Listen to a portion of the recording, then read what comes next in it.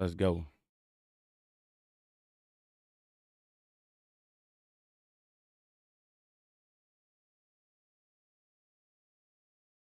Get this situated real quick, man.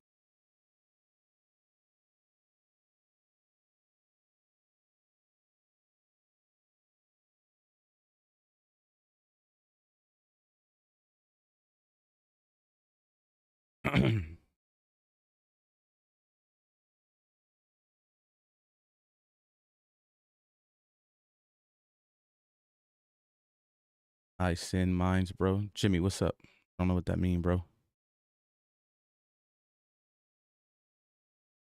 right, we're going to some more people tap in before we get started. Remember, if you guys are new to the stream or to the channel, be sure to like, share, and subscribe. Greetings, Jimmy. What it do? Welcome to the chat, man.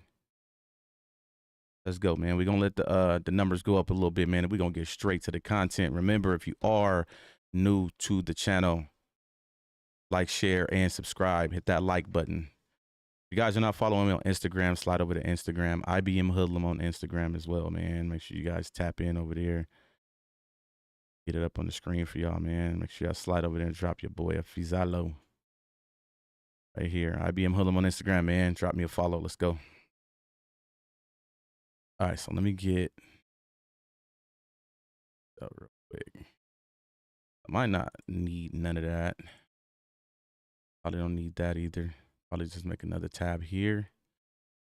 We're about to get straight to it, though. Let these numbers rack up. Good. All right, let's go, man. Appreciate everybody that's tuning in.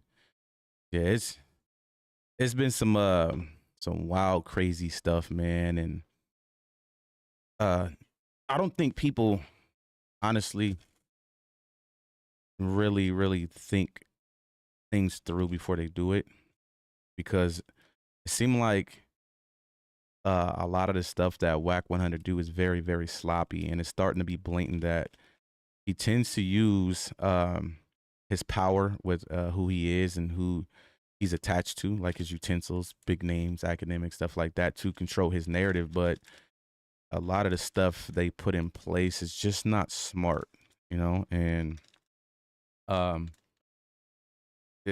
feel bad in a way, you know what I mean? I feel bad for certain people in this situation, certain people that's involved in it, because they just don't use their head, you know what I mean?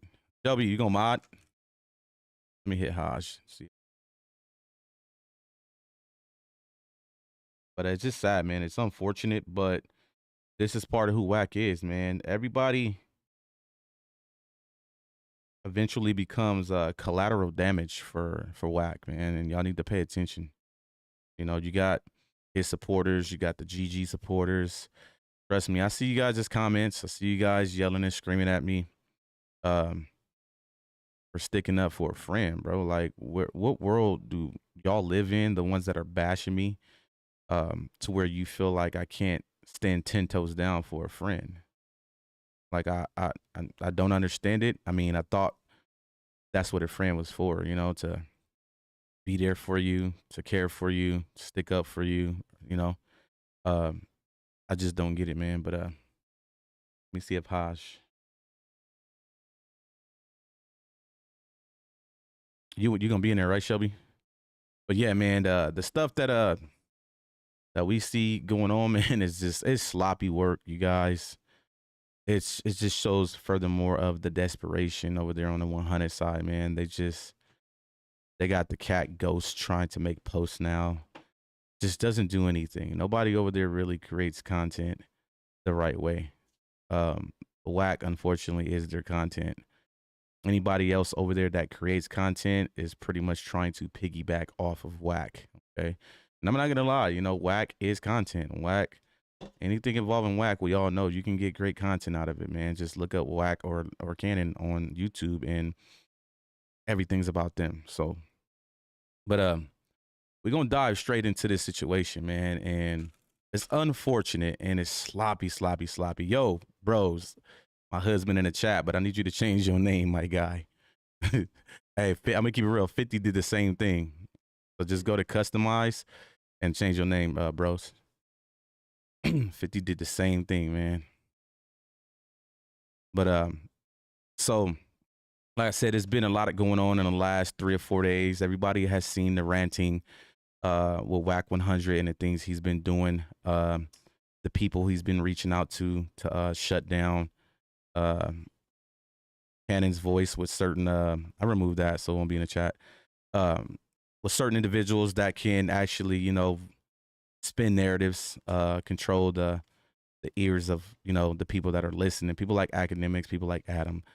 In the last couple of days, you guys have heard Wack going a goddamn rampage, going live, attacking Sharice Mills for a lot of the stuff that she's not doing. A lot of the stuff that he's accusing Sharice of doing is what IBM Hoodlum is doing. And I seen somebody in my comments earlier like, it's not about you. I will pull Sharice in here right now. Sharice will tell you everything he's doing is about me. So y'all only see what's on the internet. And on the internet is where Wack don't want me to have power. So he's not going to make it seem like it's because of me. Okay. But behind closed doors and those phone calls and text messages, it's 100% about me.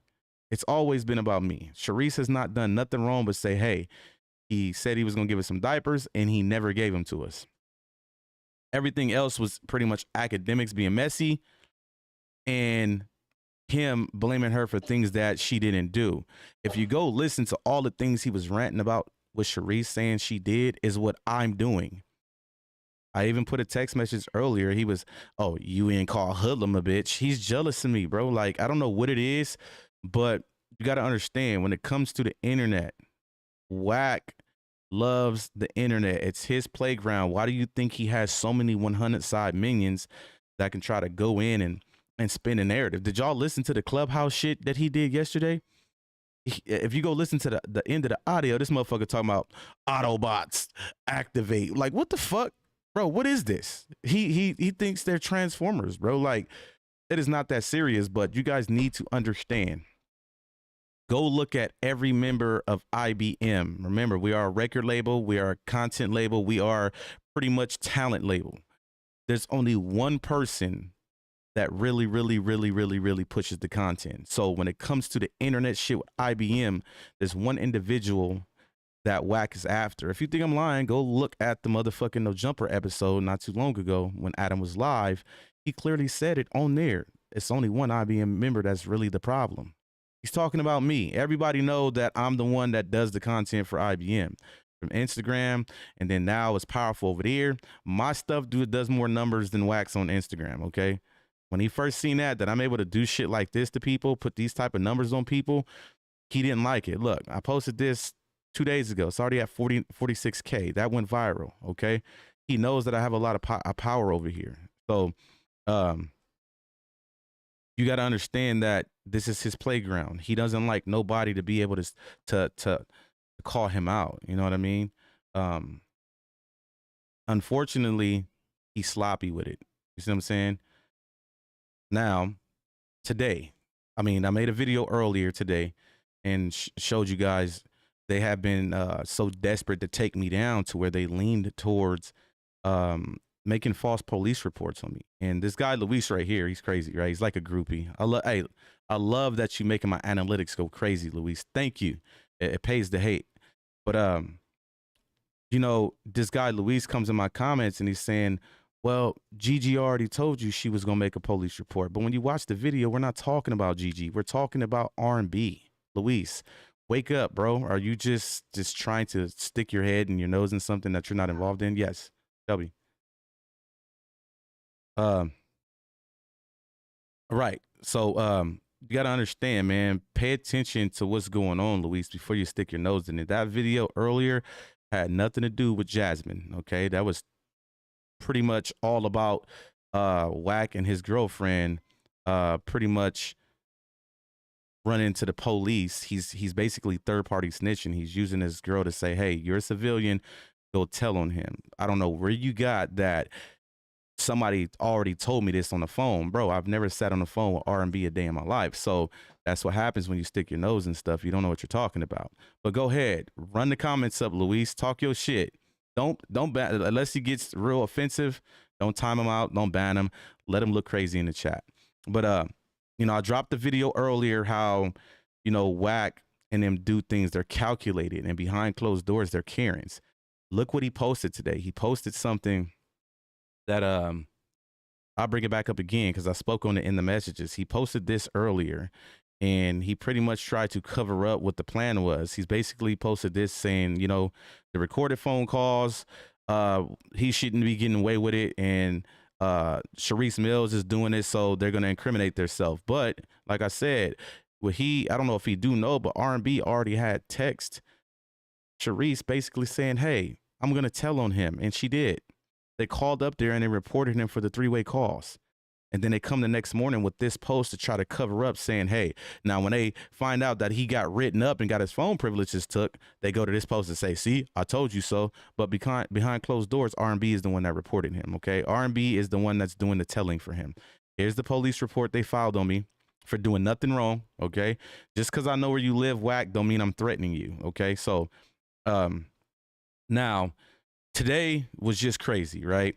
I was already hearing, you know, through the internet, through YouTube, that Gigi, the you know, deranged ex, you know, so-called wife, which I don't understand what Gigi's doing. So many women go through that on a yearly basis.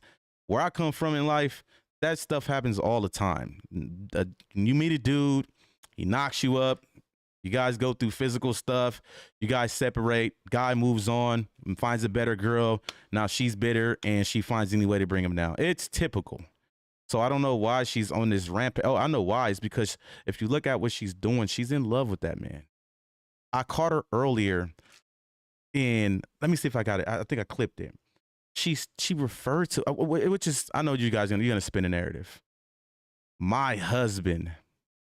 I understand you probably still married to him on paper, but I don't think you still should be referring to him as my husband. Like, something's not right, bro. Okay?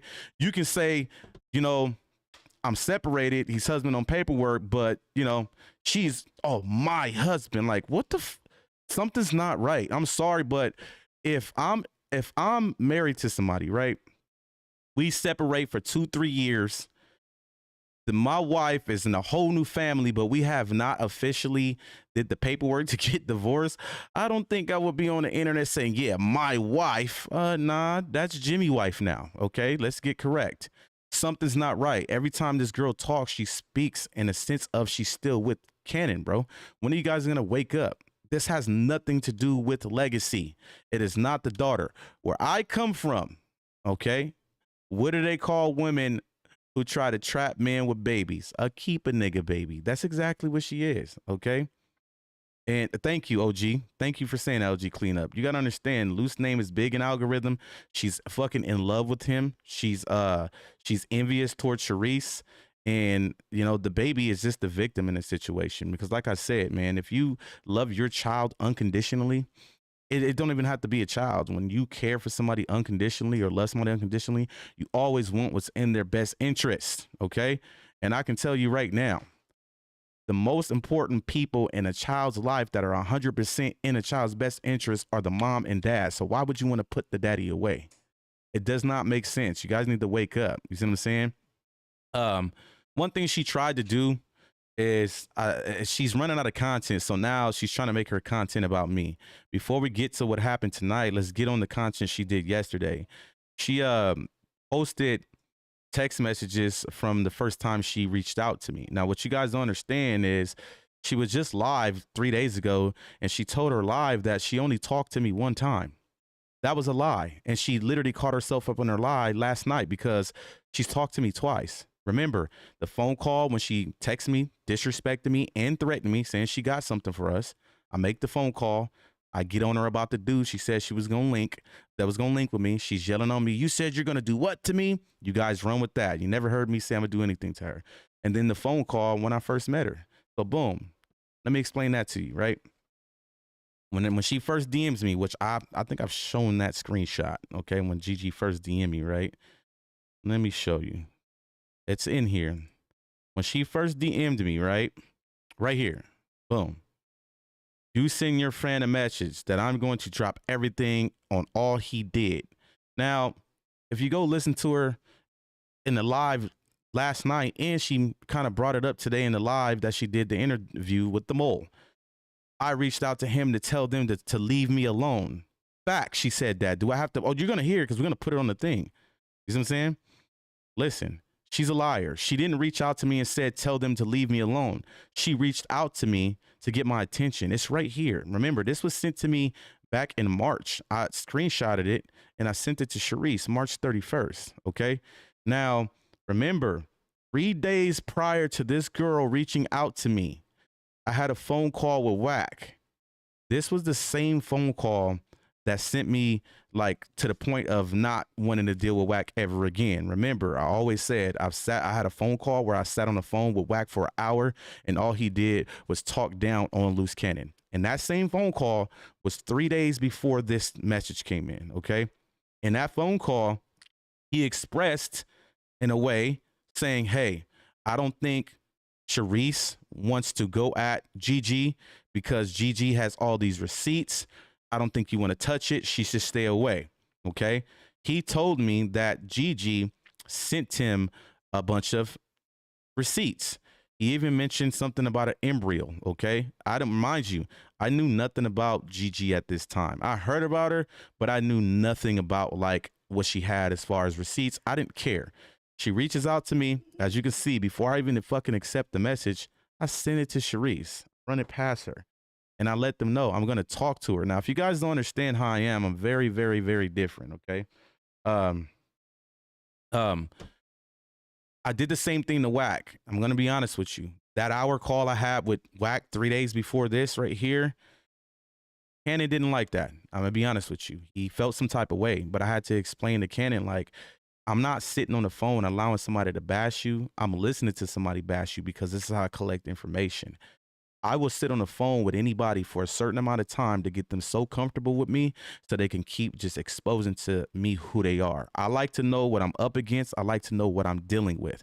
This is why I'm able to beat these dudes at their own game, okay? This message right here, when it came in, 3:35 a.m., I wake up, I send it to them. Boom, I told her I'm going to talk to her.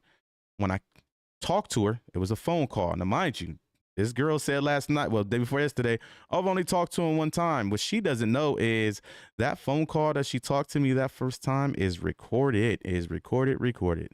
Okay. But anyways, when I'm talking to her, my whole point of me wanting to talk to her, the reason why I told them I'm going to talk to her is because I wanted to soften her up. I wanted to make her feel so comfortable with me to the point, and she'll tell you if she's honest, well, she's not an honest person, but she's going to know what I'm talking about.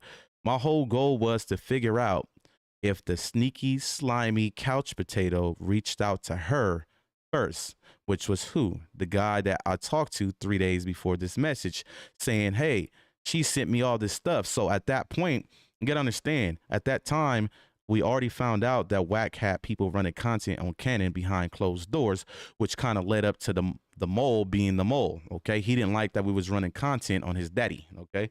So when I spoke to her, I stayed on the phone with her for a while to get her to gain my trust, which a lot of it was genuine and a lot of it was real, but it makes her feel comfortable. So when I popped the question, hey, did Wack reach out to you? I told her, I said, can you be honest with me? She's like, yeah. I said, did Wack reach out to you or did you reach out to Wack? She told me that she reached out to Wack. At this point, I don't believe it because at that time I knew Wack was looking for any type of content he could run on Cannon behind closed doors. She told me that she reached out to him, whatever the case may be. But what she tried to expose was the text messages between me and her where I'm sitting here telling her like, hey, you know, if that's the homie baby, you know, I want him to do the right thing. I want him to be a father. The baby needs mommy and daddy. Y'all need to work it out. I'll have a talk with Cannon. I feel for you. I'm sorry for what happened in your situation. I want the best of the situation. As me being a friend to Luce, and if that's his daughter, I'm supposed to say stuff like that to you, Gigi. I'm supposed to be nice to you. I'm supposed to be like, hey, you know, I want the best for Legacy. If this is his baby and he's saying it's not, I'll talk to him. I'm a man. I've been in those footsteps before. I know what it is when you're a man and you just don't want to deal with the crazy ass baby mama to where you were literally neglect your child. I was one of those dudes. Like, I don't want nothing to do with that situation because the crazy ass mama, you feel me? So I was trying to be a helping hand. I was saying, you know what? I'll talk to the homie. I'm sorry all this happened. I'll speak to him, sit him down, talk to him, blase, blase. Okay, that's me. And for her to turn around and try to use that against me, like I'm not supposed to be a good friend to him, is crazy as fuck. When I'm supposed to sit on the phone with you and say, yeah, that ain't his baby. Yeah, all the stuff that you say he was doing, that's what I'm supposed to be telling you, Gigi. You don't even make sense. Remember, at this time, I have never spoken to her. This is the first time we've ever communicated, was her reaching out to me. So why would I get on the phone and just bash this girl? That's what you was expecting me to do. I'm not gonna do that. I want the best for the child. The child is the victim in this situation. Everybody keep worried about Cannon, Gigi, Cannon, Gigi, Cannon, Gigi. What about Legacy? That's the real victim in this situation. Not Cannon, not Gigi. Y'all over there parading for her. Oh, poor Gigi. No, poor Legacy. Y'all better pay attention. Wake up, bro. The baby is the victim. Understand what's going on around y'all before y'all decide to just, oh, you're doing this and you're doing that. No, pay attention. The baby is the victim in this situation. Me speaking to her about what I think Cannon should do if that's his child is exactly what a friend's supposed to do. Okay, so when she tried to run that content, you look like a goofy, Gigi. Okay, if you don't know, I guess you thought you were exposing that, Gigi. I told them I talked to you about that. I told Sharice and them, yeah, I was doing all of that right after I got off the phone with her to soften her up, even though I meant majority of it because it's the baby. To get to the question to see if Wack, sneaky ass, is the one that reached out to her, which she said, no, it was me that reached out to him, so I left it alone, okay? So Gigi, yeah, that content is dumb, okay? You're not exposing nobody. That's just me as a person. I'm not going to just be like, yeah, you're the crazy baby mama, let me just snap your head off. I'm not that type of person, okay? I only go at you when you disrespect me. Mind you, me and her had not had an exchange of bad words ever. I said things in a sense of, I don't like what she's doing. She's being bitter after this because she got on live. She got to telling on people. One of the people she told on in one of her lives is the dude that she interviewed tonight. We will get to that. Okay. I didn't respect it. So when I had a live one day, I said, you know, she's being bitter. I don't respect what she's doing. You see what I'm saying? I didn't reach out to her. I didn't text her and tell her that. I was doing my shit on my end. I'm able to say and do what I want on my end. She took the initiative to wait a week later and say, well, let me text this nigga because Wack told me to. And then when she texts me talking shit, talking about it's up and I got something for y'all and I got a nigga in Houston that'll link with you. And then when I decide to call her phone and say, hey, tell a nigga to link, the first thing she says, why you threatening a woman? What? I'm telling a nigga to link. How am I threatening you? That shit is crazy, right? So I want to get to this audio, right?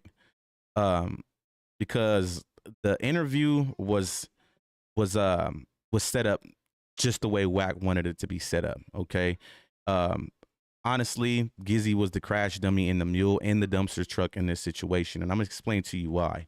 When I look at that live, Shelby, Sam's trying to come over here. When I looked at that live, there was two things I got out of that live. And any smart person looking in will see there's two things. The live, in a way, was meant to try to smut me by bringing somebody on my on live to try to talk about me, which it backfired because I don't think he want to do that. Not with the shit that I got on my phone. He don't want to do that. He might want to just he did the right thing. Okay, I just don't like that he lied about 90% of the shit he said. He lied, and we're gonna get to that too.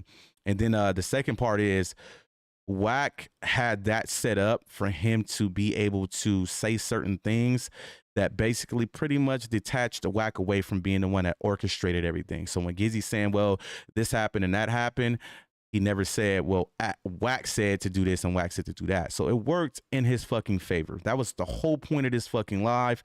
He was the crash dummy. So let's get to the audio, man, because I just want y'all to hear this shit, man. And we're going to react as we go. Remember, I can't pull this shit on my screen because I don't want them to strike my page. Remember, they're waiting to strike somebody's page, okay? That's what they're waiting on.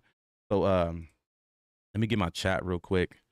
We're gonna, with the audio, of course, I gotta commentate over the audio. I gotta stop it, say something, stop it, say something.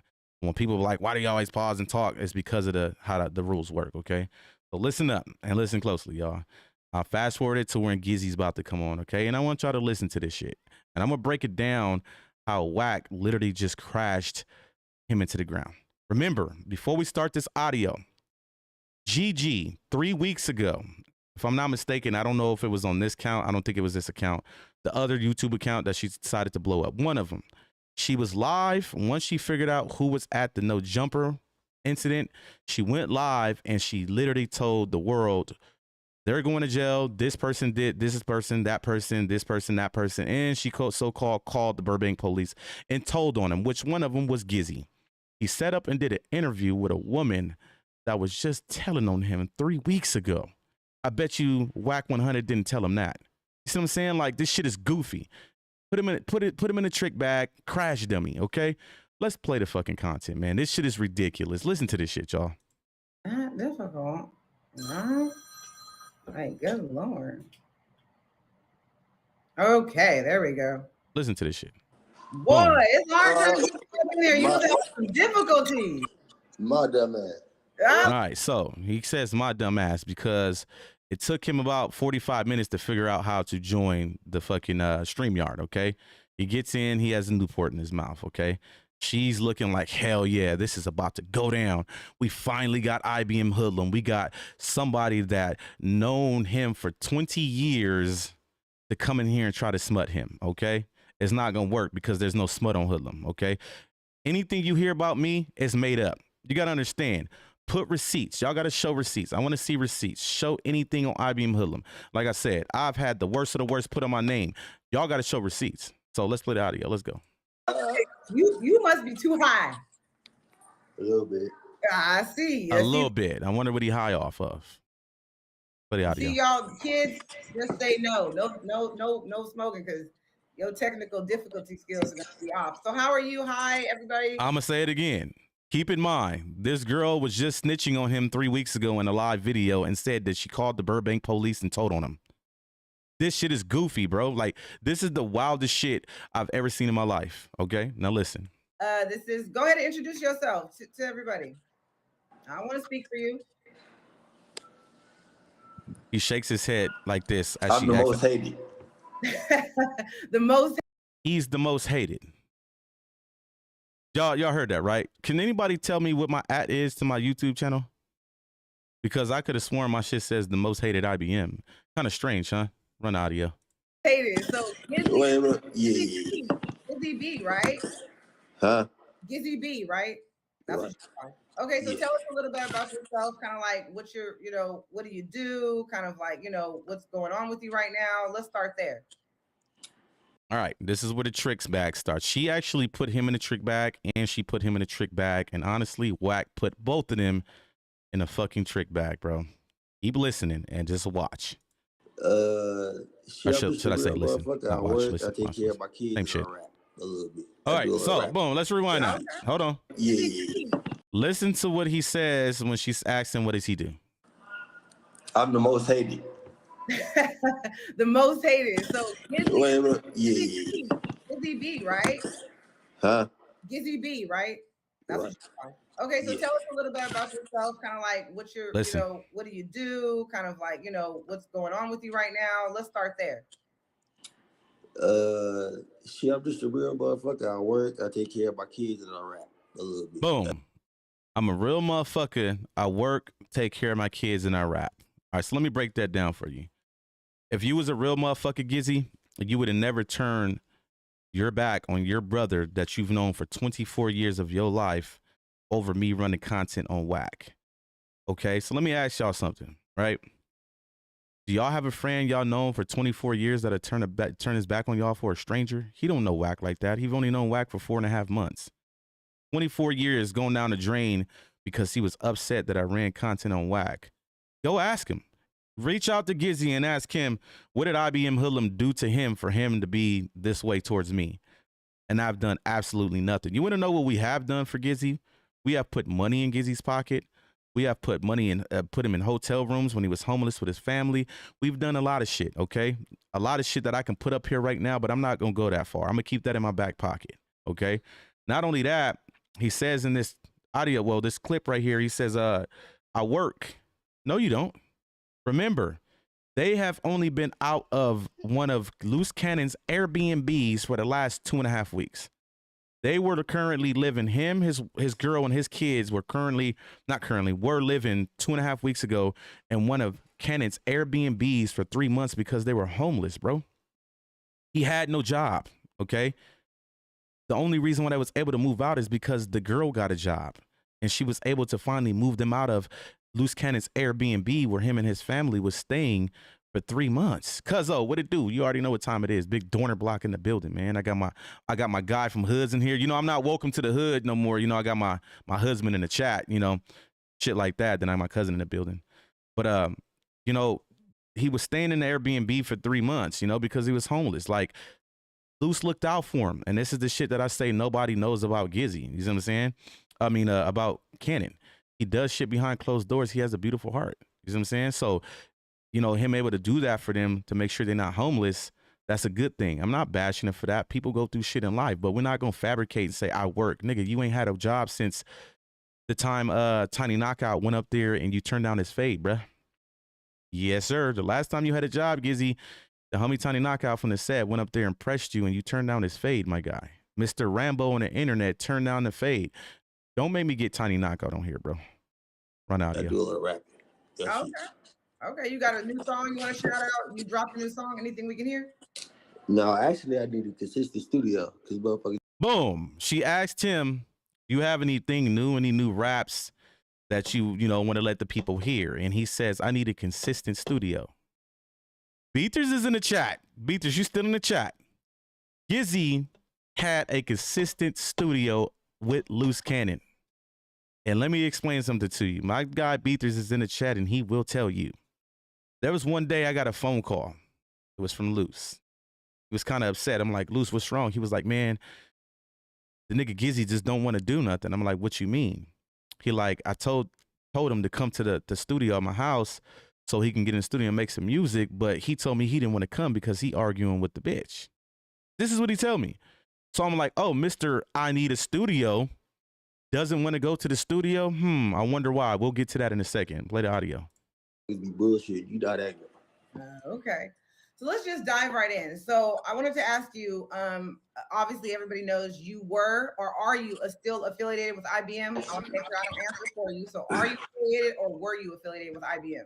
I was, but I'm not no more. Hell no. Not Okay. no more. Shelby, right. This man has been a stalker. He's been in my comments all day. Like, Luis, I'm a little worried about you. My wife is right. You're a stalker, bro. But we're going to let him get off. Run him analytics up, bro. Keep making it better for me. I love to see it. Remember, I'll let you get off in the chat. I'm not going to do none of that. As long as you don't cross the line with none of my faithful people in the chat, you can sit right here and you can keep ranting like a girl. Let's go. Okay. And how did you end up meeting Luce Cannon? How did that happen? How did you guys listen to this part? I did the little cypher shit. Hold on. Okay. Okay. And how did you end up meeting Luce Cannon? How did that happen? How did you guys meet? I did the little cypher shit, and this nigga I know, he was fucking with the nigga or whatever. Like hella tough, he was fucking with the nigga like hella tough or whatever. Like whatever. He was like, yeah, you know what I'm saying? I said, all right, that's cool. He said he tried to start a record label. I said, all right, that's cool. I fuck with it, cool. Listen. So I met up with the nigga. He said, you know what I'm saying? He got a spot out there. He be out there. I said, all right, cool. I'll link up with the nigga. Cool. All right. So from that point on, I was supposed to get signed to the whole little label. All right, boom. So let me pause it right there. He just pretty much said that he did a cipher which led to a guy that was fucking with Cannon Tough saying, hey, Cannon's trying to start this record label. Blase, blase, blase. Bro, that was the the second biggest lie this motherfucker told, okay? Let me explain something to y'all. Remember, do y'all be remembering my lives? Should I have to bring it up on the screen, okay? Listen, bro. Let me see if those screenshots are in here, okay? Just let me see if they're in here. I don't think they're in here. Let's go to the integrity before money list. No, let me go to the IBM chat. Let's go. Okay. No, where the message is at? Where's the IBM chat messages?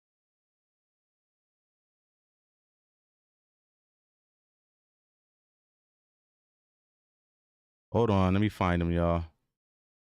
Messages. Where did I put them at? I think I put them in here. Let's see. Remember, this guy just said that he did a cipher and that pretty much led to Yeah. Where is it at? Let me find them. If not, I'm gonna have to put them in here. Oh, I think they're here. Okay, so we found him. So I want you guys to pay attention, right? Let me find him. Not that one. Not that one. Don't fuck with Wack. Ever sit up and say anything? Hold on.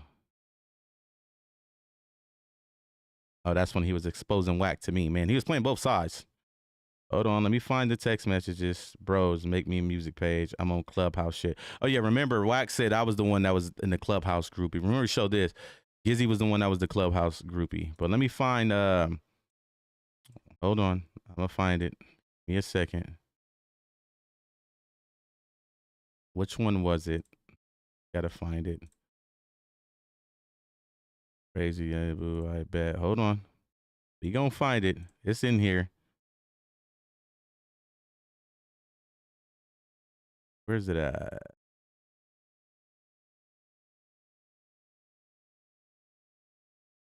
Hold on. It's one of these right here. Look. Here it goes. Integrity before money, right? Yep. Yeah, I like that. I like that. I went in, fool. Wait a minute. Hold on. I met a dude that was connected with Cannon for a long time, and the cipher. Let me explain something to you. That cipher he did on Crush the Mic, the rap that he did in that is old as fuck. Okay, we're gonna get to that too when it comes to the studio shit. Okay, Gizzy is known for putting out shit that he been made up 2 years ago. Okay, that is the cipher shit that had nothing to do with him meeting Cannon. He met Luce Cannon strictly through me, and another person he piggybacked off to get into IBM was my guy Misguided Media. This man sat up for 2 weeks and begged us over and over and over to get him into IBM. Okay, and we kept telling him that was around the time where Cannon was trying to get his deal fixed with Drake with the Cookout remix, and we kept telling him like, look, he got some business going on. When he's done with it, I'll holla at him. And I stood on that because when it was done, I even got the screenshot from man. Is my shit gonna let me log in? I wish I can log into mine. Here, I'll put the screenshot on the screen. I even did exactly what I told him I was gonna do. I was like, look, I'm gonna holla at Cannon for you. That you just said I've known him for 8 years and haven't accomplished anything, but now one care about me. But okay, so let me go to Luce Cannon's text DMs, okay? And I'm gonna show y'all, right, that I stood on him asking me to get him into IBM. Remember, he got in through a guy that was, that was well connected to Cannon, blase. He lied to y'all, okay?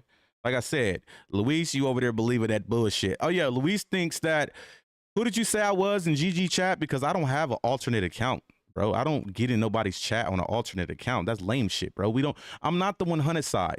I'm not a 100 side spy. That's what Wack does with his community. He has them going to people's chat with fakes account, bro. Stop putting shit on me, bro.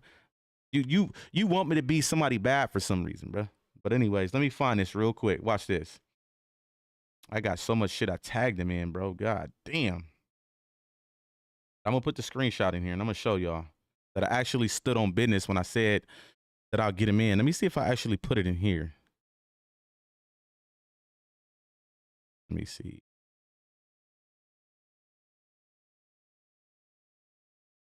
No, I didn't put it in here. Let me find it and watch this shit. Remember, he knew a guy that such and such. Brandy, what it do? Welcome to the stream. Like I said, all cap. One thing about me, what I always say, I'm the motherfucking receipt king. You can't beat real receipts. You know what's crazy?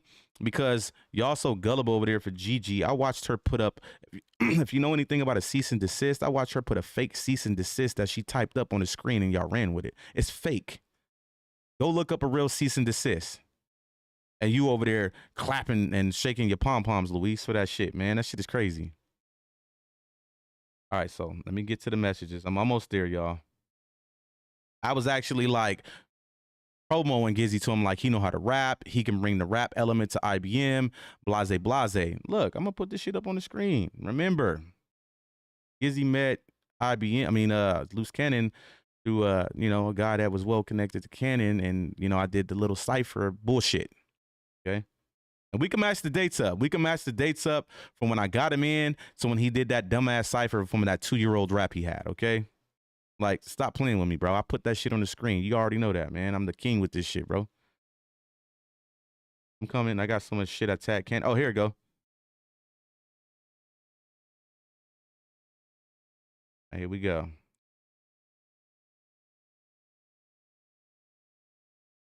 Find it. I'm about to put it up on the screen.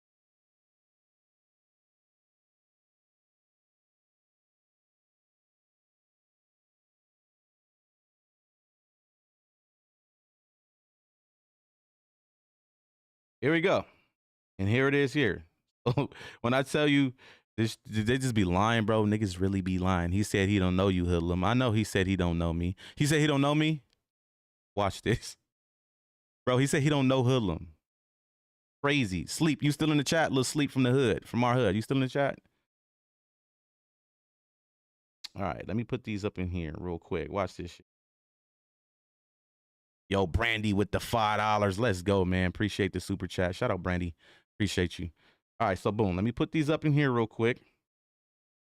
And I would definitely put these in here too. For somebody saying they don't know me, bro. Like, we used to live together. Hey, there you go. Sleep. Hold on. Matter of fact, hold on. Watch this shit. Sleep. I'm about to sponsor you, man. If you guys are not, what's your Instagram, Little Sleep? If you want to put it up in the chat. But they go Little Sleep right there. That's Little Sleep. That's the homie Breeze. Oh, who is this right here? The Mole. And this is me. This is 2012. Oh my God. Who don't know who? Oh my God. This is when me and him was living with his baby mama that, yeah. Oh, another husband in the chat. What up? 50 in the building. Shout out 50, man, from the hood. Let's go. Oh, what about this one? That was my hat too. You know, he didn't have no hat. I let him wear one of my, I used to always wear Cincinnati hats. You know what I mean? So, but damn, another one. Oh my God. He said he didn't know me. See, lie after lie after lie after fucking lie. I got more too. I just not gonna put them on there. But anyways, let's get back to me getting him into IBM. Here go the message right here. That's your homie? Yep, he is one of the homies that had shit moving some time ago with D Cross, but they bumped heads and shit went south. The homie's super talented, and all he needs is the opportunity and more support, and he gonna go. I got him for a favor for you, King. Call you later. Indeed. This is back in October of last year. He said that he met Cannon through what? Lies. Lie after fucking lie. Okay, this is what Wack put this man up to do, and it's crazy because after tonight, I was on the phone with Sharice and I was like, Sharice, I don't know why I feel bad. You want to know why I feel bad? Because of whatever he's going through, and he decided to turn on me for Wack. When you really care about somebody, that shit does not leave overnight, bro. That's not being realistic. He did what he did. It is what it is, but at the same time, it's fucking stupid. It's goofy. So let's get to the audio. I'm going to let that sit on the screen so y'all can see who got him in the IBM. Oh, wait a minute. Let's do this. I forgot. Where'd I post that? Right here. Okay, let's go to the comments. What'd this say? Right here. I want y'all to read this. Can I ask you a question? This is Gloss. Gloss, who brought Gizzy into IBM? Gloss says, you brought Gizzy to IBM. Strange, huh? Let's go. All right, so boom, back to the motherfucking audio, bro. Listen to this shit. So I'm rocking with me, guy. Cool. He was like with me, like whatever. So, but that's how I met him through another motherfucker. That's not even in my city. I met him through another motherfucker. See how that work? Crazy, huh? Let me turn this volume up. I'm gonna make sure y'all, Luis, I want you to hear real clear. I don't want you to go back and play deaf. Well, I didn't hear it correctly. I don't want you to do none of that, okay? I want you to hear it loud and clear, okay, buddy? All right, let's play the content. Okay, so you were supposed to be, he told you had a record label and you were supposed to be an artist on IBM, or the record label. Originally, that was what was the plan. Mm-hmm. But that never happened. You never got signed. All right, okay. So boom. So, let me explain something to you about that. All right. He called me one day and said, Cannon said he gonna sign me for $100K. Okay. 2 days later, he called me again and said, should I call him and tell him he need to give me the $100K? Said, Gizzy. I'm like, what do you mean? I'm like, didn't y'all just make this, you know, just whatever y'all had going? I said, it's been 2 days. He was like, nah, fuck that, blood. He need to give me the money first. I'm like, Gizzy, you haven't did anything yet, okay? Cannon said the same thing. When this got brought to Cannon, Cannon was like, cuz ain't even did nothing. He ain't made no raps. He ain't did nothing, okay? Now, mind you, they actually took him to the studio. If my nigga Beathers is in the chat, Beathers would tell you. I don't know if y'all heard one of my intros before and it has that beat that's going with my socials and shit with me standing by the IBM sign.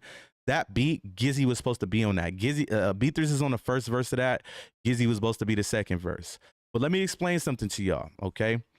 You got a lot of people out here that can rap. Cassidy can rap. It's a lot of people out here that can rap, but can you make music, okay?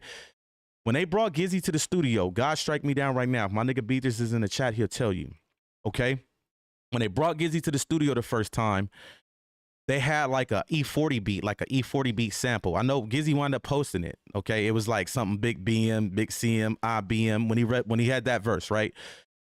Beathers told me, he was like, well, when he did his verse, Cannon didn't like it. I was like, why? He said, because Cannon can pretty much tell that it seemed like it was old, okay? So he said Cannon told him like, hey, I can tell that's not new.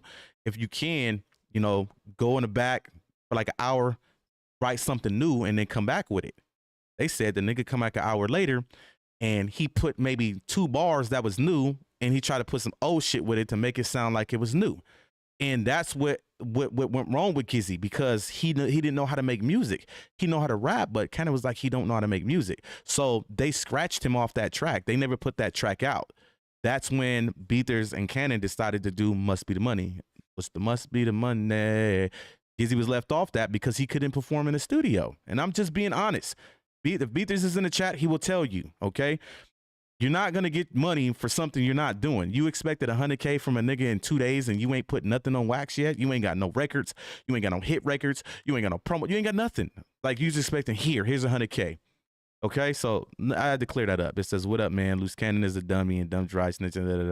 Brandon, we don't care about none of that. Look, just sit here and enjoy the content, my guy.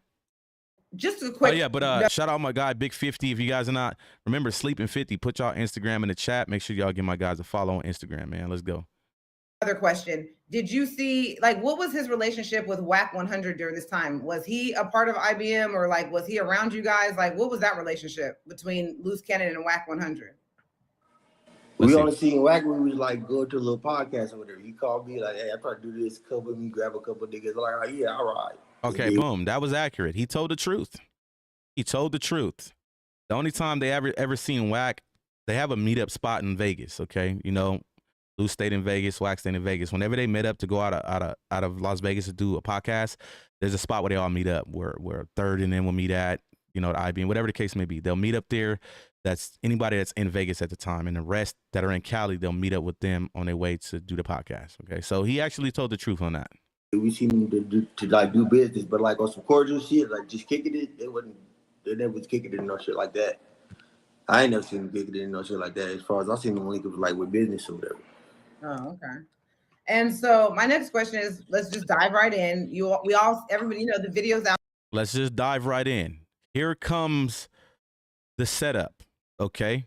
She only let the man talk for a minute of his life with IBM before she wants to dive right into him incriminating himself.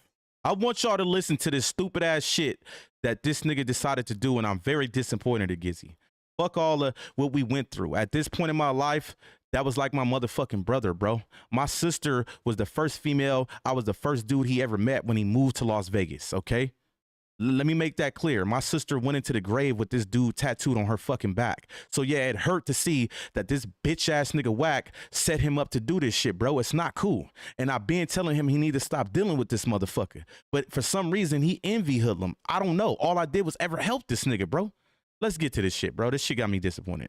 Out about the no jumper situation. So can you shed a little light on how that situation even happened, or like how did that situation come about? Like how did that situation from the beginning, like how did that situation even happen? How did everybody get there? Like who invited who? Detective Gigi is on the motherfucking job. She sounds like, have you ever watched the first 48 when they sitting at the table talking to the dude and they're like, well, can you just tell us what happened? What led up to when they're trying to get somebody to tell on themselves?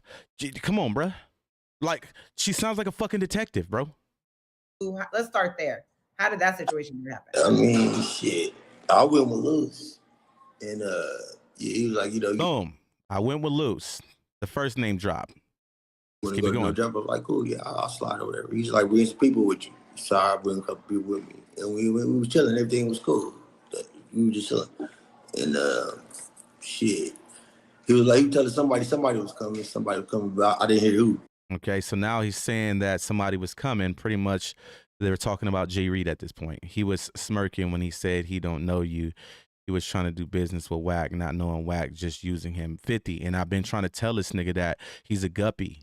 Wack is gonna throw him to the wolves when shit hits the fan. Like, y'all gotta understand, like, this was a real brother. This is like, what the fuck? Like, this my husband, bro, and this is the shit he doing. Like, what the fuck? Listen, I don't know none of them motherfuckers. I was just around. You feel me? I don't know nothing. So he's like, somebody was coming, but whatever. We smoking the shit, chilling. So then I see motherfuckers going outside. So we all get up, we go outside. I'll follow in suit pretty much. You feel me? I'm with them. I'm riding with them. So we go outside. All right. So boom. He's telling a story about what happened, how it went down. So bingo, he just put himself on the scene. Do y'all not see what the fuck's going on? Look how she, I wish I could show you her face. I don't want to bring it on the screen because they're waiting to strike my motherfucking account, okay? They want to strike me so bad. They've already tried to get my Instagram tore down. Now, mind you, at this point, he has put himself at the scene. Do y'all not watch motherfucking Dateline and First 48? This is what detectives do to incriminate you. Now that you put yourself on the scene, what does that create? Motive, okay? He put himself on the scene. Listen, bro, incriminating himself. We sit over there. But you gotta understand this. I don't give a fuck who was caught on camera.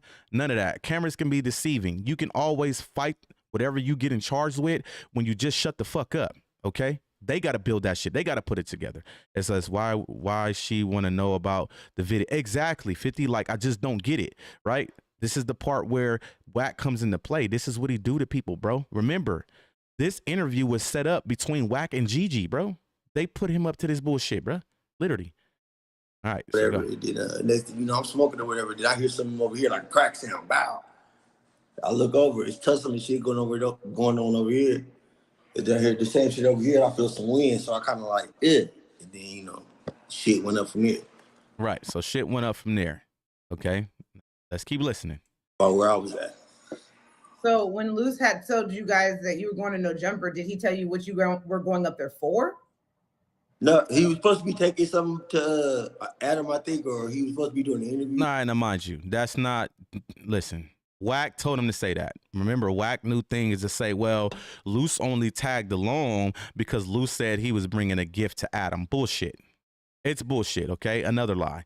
She deaf slid on Buddy. She was so deaf what it said, or nah, I was there, not there. Right. Like, come on, bruh. So that right there is a lie. This is something that Wack has been saying to clear his name. Oh, Luce and them wasn't supposed to go. They only went up there because they said they had a gift for Adam. Bullshit. Wack knew what was going on. Or some shit like that, but it was just going up there to do an interview. Pretty much, you wouldn't know. So no, did you guys go inside No Jumper at all? At any point? Oh, yeah, you did go inside. We was in there smoking and chilling. Oh, you did go inside. Oh, we was in there smoking and chilling. Just, bruh, fuck it. Just give it all up at this point. Just tell on everybody. God damn, bruh. Got it. So you went inside first, and then you guys left outside? So you went inside first, and you guys left outside? This is detective work at its motherfucking finest. At its finest, okay? Come on now. Y'all would have said, you seen the video? Did you see me in that motherfucker? Okay, then, be through with that. Right. I would have been like, what video? Bitch, what is you talking about? Video? I wasn't there. Okay? Come on now. Now she's talking about, okay, well, you guys stayed in or did you guys go out? Listen. When whoever pulled up, he was like, come on, we're going outside. When them motherfuckers, you know what I'm saying? Moving outside. Yeah. Okay. That's when, we all went outside. Boom. That's when we all went outside. Now, they know you in the video outside. Okay? Like, listen, bro.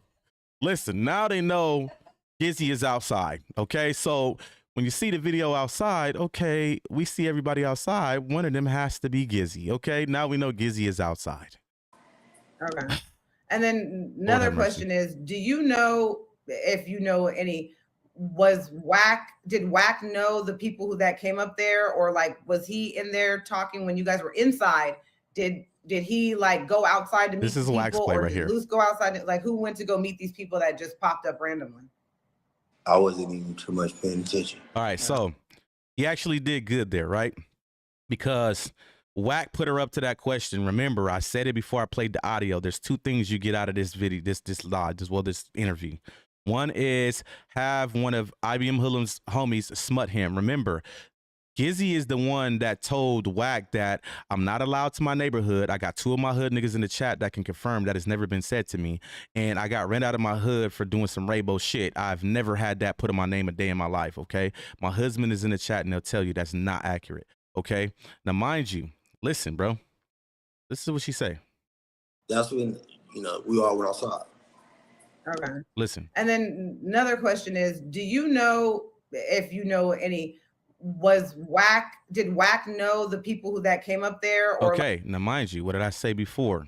The two things is, this is about me, and this is to clear Wack's name. This question was literally sent to her by Wack to make sure she asked him, because now that he's under Wack's control, he's not going to throw Wack under the bus. Of course, he's not going to sit up and say, Wack had us waiting on a nigga. Wack the one that told us to do this. This is the way Wack works. Wack is using him to clear Wack's name. So Wack can say, I told you I didn't know they was coming up there. Remember, Wack said he didn't even know Jay Reed. Let's rewind back to October. Wack, Luce Cannon, Sharice Mills, and the whole Dosh network had sat down and had dinner together. Oh, he knew Jay Reed very well. Why you think when you go over to SBGB TV, he has a fucking live that says Jay Reed says he's lying? He is lying. He knows Jay Reed. Jay Reed knew him very well. Okay, play the audio. Like, was he in there talking when you guys were inside? Did he like go outside to meet the people, or did Luce go outside? Like, Jimmy, crazy interrogation. Like I said, it shouldn't be Big Gigi. It should be DT.Gigi, Detective Gigi, okay? She the feds, dead homies, feds. Remember, 50, if you wasn't in here when I said it, this is the same chick 3 weeks ago who got on her live and told on everybody that was at the No Jumper, including Gizzy. And she even said she called the Burbank police to report every last one of them. One of the guys is her fucking blood cousin, okay? And he sits up and does an interview with this crazy motherfucker because of Wack. Wack, I don't know who Wack dating, R&B or Gizzy. Shit, he doing stuff like he the girlfriend, bro. Like, I'm sorry, but I don't even think R&B would have did this shit. And I'm just being honest. Went to go meet these people that just popped up randomly. I wasn't even too much paying attention. All right, listen to the rest of this shit, bro. Yeah, too much paying attention. Like I said, we was all shooting the shit, smoking the, you know, the other motherfuckers I was there with, you know what I'm saying? We just all shooting the shit, smoking it. When they seen the motherfuckers moving towards the door, we all got up and moved towards the door. That's, yeah. But who was really pretty much doing what besides, you know, I really wasn't paying too much attention to. Besides. Did you hear the conversation between Jay Reed and Luce Cannon and Wack when they were like, when everybody was just kind of standing around? Just listen to what she's asking him. I'm telling you, I feel like I'm watching an episode of fucking First 48. Listen to this shit. This shit is buck fucking wild. And this is why I say, like, I'm sorry, but when you really, really, really gangbang, you just know what to do and what not to do. So people can say, hey, all the internet shit, well, I create content. This is how I make a living. I make money doing it. People keep saying you're trying to go viral like Louise. Bro, I've been going viral for fucking 10 years, bro. I've been dealing with this shit for so long. This is nothing new to me. Like, what was the point? That's y'all, girl. It was the point of him going on there. What did he gain? So exactly. So the whole point of him coming on here, 50, was to try to smut me, but he don't know that Wack put him in a trick bag. Gigi and Wack put him in a trick bag. Okay. This shit is crazy, bro. Like, and it's sad because this is somebody we know personally, my nigga. I have lived with this man. I have slept. I've shit in the same toilets. When we was in prison together, I was his fucking cellie. This is like my fucking brother, bro. Okay? That's what y'all don't understand. And all of this is over me creating content on Wack. He's going to hint towards that. Oh, I don't like what they was doing, destroying alliances. I'm not destroying an alliance. if Wack is running content on the person that's you're supposed to be dealing with, you should want to run content. You should want to get at him because he was doing it behind closed doors. So let's play the audio. It was Wack, Jay Reed, and Luce Cannon. Did you hear that conversation? What they were originally talking about? Because everybody was just kind of like watching them. So, and everybody was pretty close. But what were they talking about initially before the fight broke out? That I don't know. I couldn't tell you. Okay. I couldn't tell you that. And you drove there with Luce Cannon? Yeah. Uh-oh. And so he told you that you guys are going up there to go do an interview. You did your interview. You guys leave outside. You're just all standing around. Now, let me ask you this question. Obviously, you know the video. Do you know who originally sent the video out? How did the video get out? Here's what she tried to smut me. And once again, Wack has been trying to cover 600's tracks again with this. Do I have to pull it up on the screen again? They keep saying, well, now they're saying, well, there was an IBM account that had the video up before 600. Nobody runs content for IBM but me. What are you talking about? We've already shown the timestamps on the screen. 600 posted the actual real video, which they try to say it came from me because it was my reel, which he got caught up and he finally admitted that he had the raw version. Luce Cannon sent it to him and told him to post it. He posted his December 27th in the morning.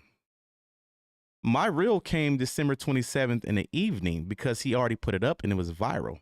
Like I said, Cannon is the one that told me to do it because it was already too late for us to stop the shit. And plus, eat off of it. He was like, I don't give a fuck. It is what it is. He was pissed off. But here's another Wack play. Let's keep trying to blame Hoodlum for it. Sorry, but 600 has already made several videos taking the crown for being the first one to post a no jumper video. Y'all want to watch that? We can watch it. Yeah, I was the first one to do it. Okay. Boom. That's why you dirt on your own. Right. Why was people filming? Remember, were you guys Gigi for said she only talked to Wack. Making content? Right. Remember, Gigi said that she only talked to Wack like one time, and I pointed that out.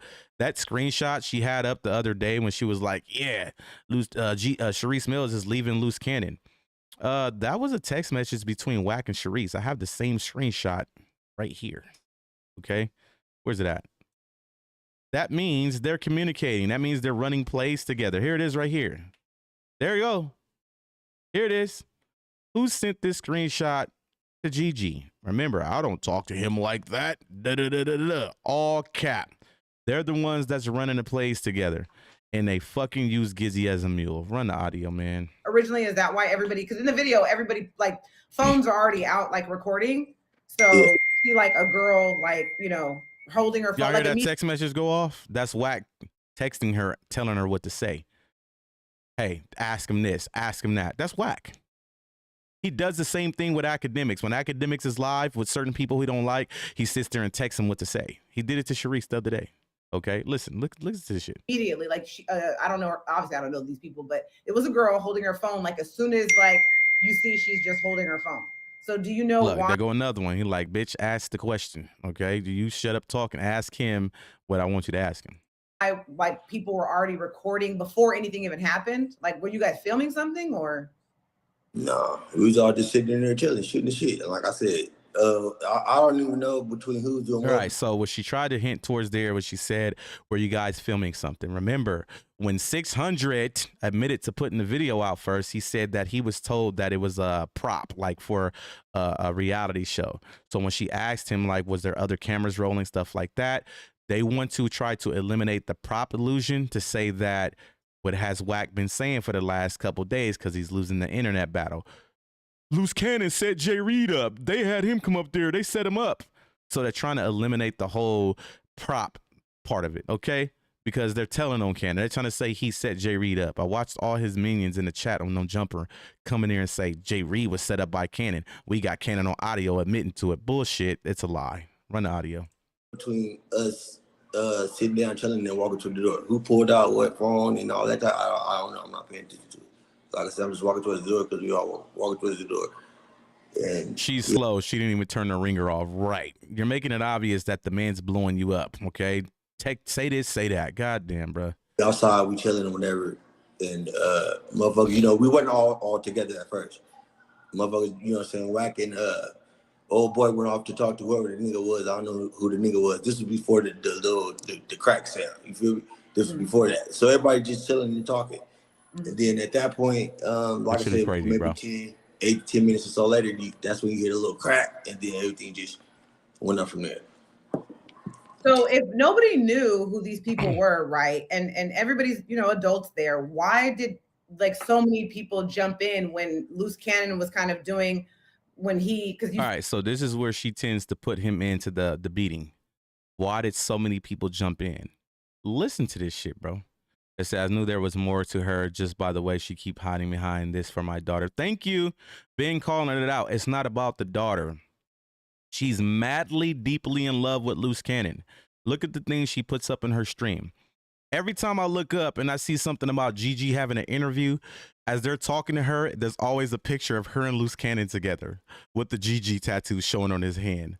Are y'all just illiterate to life? Do y'all not see where we come from? Like my niggas in the hood, we recognize that shit immediately. This bitch is psychotic, okay? Like every time somebody interview her, they don't have her on camera. They'll have like pictures up of what she's been through, and it's always pictures of her and Cannon together. She talks as if they're still together. The bitch just said today, my husband. I understand you might be married on paper still, but bitch, that is Sharice's husband now, okay? Let's make that clear. Let's go. Run the audio. see him punch the guy first, why did everybody else jump in? It was like melee after that. Why didn't everybody just like, it was literally like a one-on-one. Why was it like a swarm attack after Listen, that? bro. I don't know about those swarm, nothing. I know what I did because of how I felt. No, yeah, I know you. I'm just saying, why do you think that like just everybody? I know what I did because how I felt. Just Lord went have crazy. mercy. Like what was happening in that moment? Why she care about the fight so much? Because she's getting him to incriminate himself. Remember, Gigi is the police. Gigi is telling on her own blood cousin. I will have pretty much soon, I'm going to have an interview with her blood cousin coming up with his mom.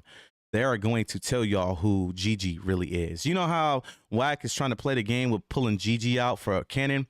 Well, I got somebody that personally knows her, and they're going to come up and they're going to do an interview with me, and you guys are going to see the real Gigi, okay? Y'all hear that phone? That nigga Wack is going crazy. Bitch, you ain't asked the motherfucker on Paru. Answer the question, bitch. He is going nuts right now texting her. Paru, you better ask some questions. Shit, I don't know. I couldn't tell you. Okay. So obviously you said you're no longer with IBM. So there's a reason for that, right? Tell us why have you decided to listen to this shit, bro? Part ways with IBM. You know, honestly, it's just a lot of that shit is fake, and it don't fit me for the type of. Okay, so he said a lot of that shit is fake and it don't fit me, right? So I'll explain to you what he mean. I don't know what's fake about somebody that's IBM putting a roof over you and your family's head for 3 months when you needed it to happen. I don't see nothing fake when you have to reach out to somebody all the way in Texas for $2. Okay, if I was a dirtbag, I would put on the screen how many times I've sent this guy money. And I'm not going to say that, you know, in a bashing way, okay? Because like I said, this was my brother in a way. I didn't care, but I pay attention to things. This is the same guy that would throw me under the bus for certain people that bang from our neighborhood in Vegas. When you had to reach out to somebody all the way in Houston for $2 fucking, let me know that them hoodsmen that you claim you fuck with in Vegas don't really fuck with you, okay? Because they should have been able to just walk up and handed you $2. Understand that. And I'm not lying. $2 motherfucking, okay? That lets me know people don't really fuck with him, okay? I did. I was solid with this nigga, okay? Run audio. But nigga I am and all that old messy shit and that weird shit. Motherfuckers doing busting. All that shit is just weird to me. But like, give us an example. Like, what's fake? Like, what's because I mean, you were loyal. I mean, we all seen it. You guys were loyal. Sleep. Do you hear this shit? You was loyal. Should I break down the story about Smooth, about the homie from the set? How he was supposed to introduce one of the homies from the set to Luce. Let me break down that story real quick. He was loyal, right? You guys don't know, me and Gizzy bumped heads about 3.5 months ago. Story time. 3.5 months ago, I talked to the homie Smooth from the set, okay, from our neighborhood. And he was like, Hood, Gizzy said that he gonna introduce you to Luce soon. I was like, oh, cool, that's a good look. He was like, yeah, he said he gonna take me with him when they go up to No Jumper. I'm all about opening doors for niggas. That's me. I've always had a beautiful heart. At the end of the day, I gangbang, but I always looked out for niggas. Okay, that was just me. Okay, I've always been that way. So when he tells me this, I'm thinking to myself like, shit, this is a good look. You know what I mean? For people from my neighborhood to have doors open up for opportunities. I wasn't the type that's like, well, let me get on the phone and ask Gizzy and let me ask him if it's true, or let me call Cannon. What the fuck going on? I didn't do that. I didn't say nothing about it, but oh, that's a good look. Like fuck it. If you start fucking with IBM, that's a good look, right? 3 or 4 days later, I do a live. Okay. Matter of fact, I'm not lying, bro. I will pull this motherfucker, bro. I keep receipts tucked. I keep motherfucking. Let me see if that live is still here. Let me see if it's still here. It's this one right here because my brother was in it. Okay. There he is right there. Okay. Listen. Okay. No, I'm not lying. Yeah. Before I get to it, okay, I'm going to break it down. The homie Smooth gets in the live with us. Okay. And when he's in the live with us, Cannon pops in the live.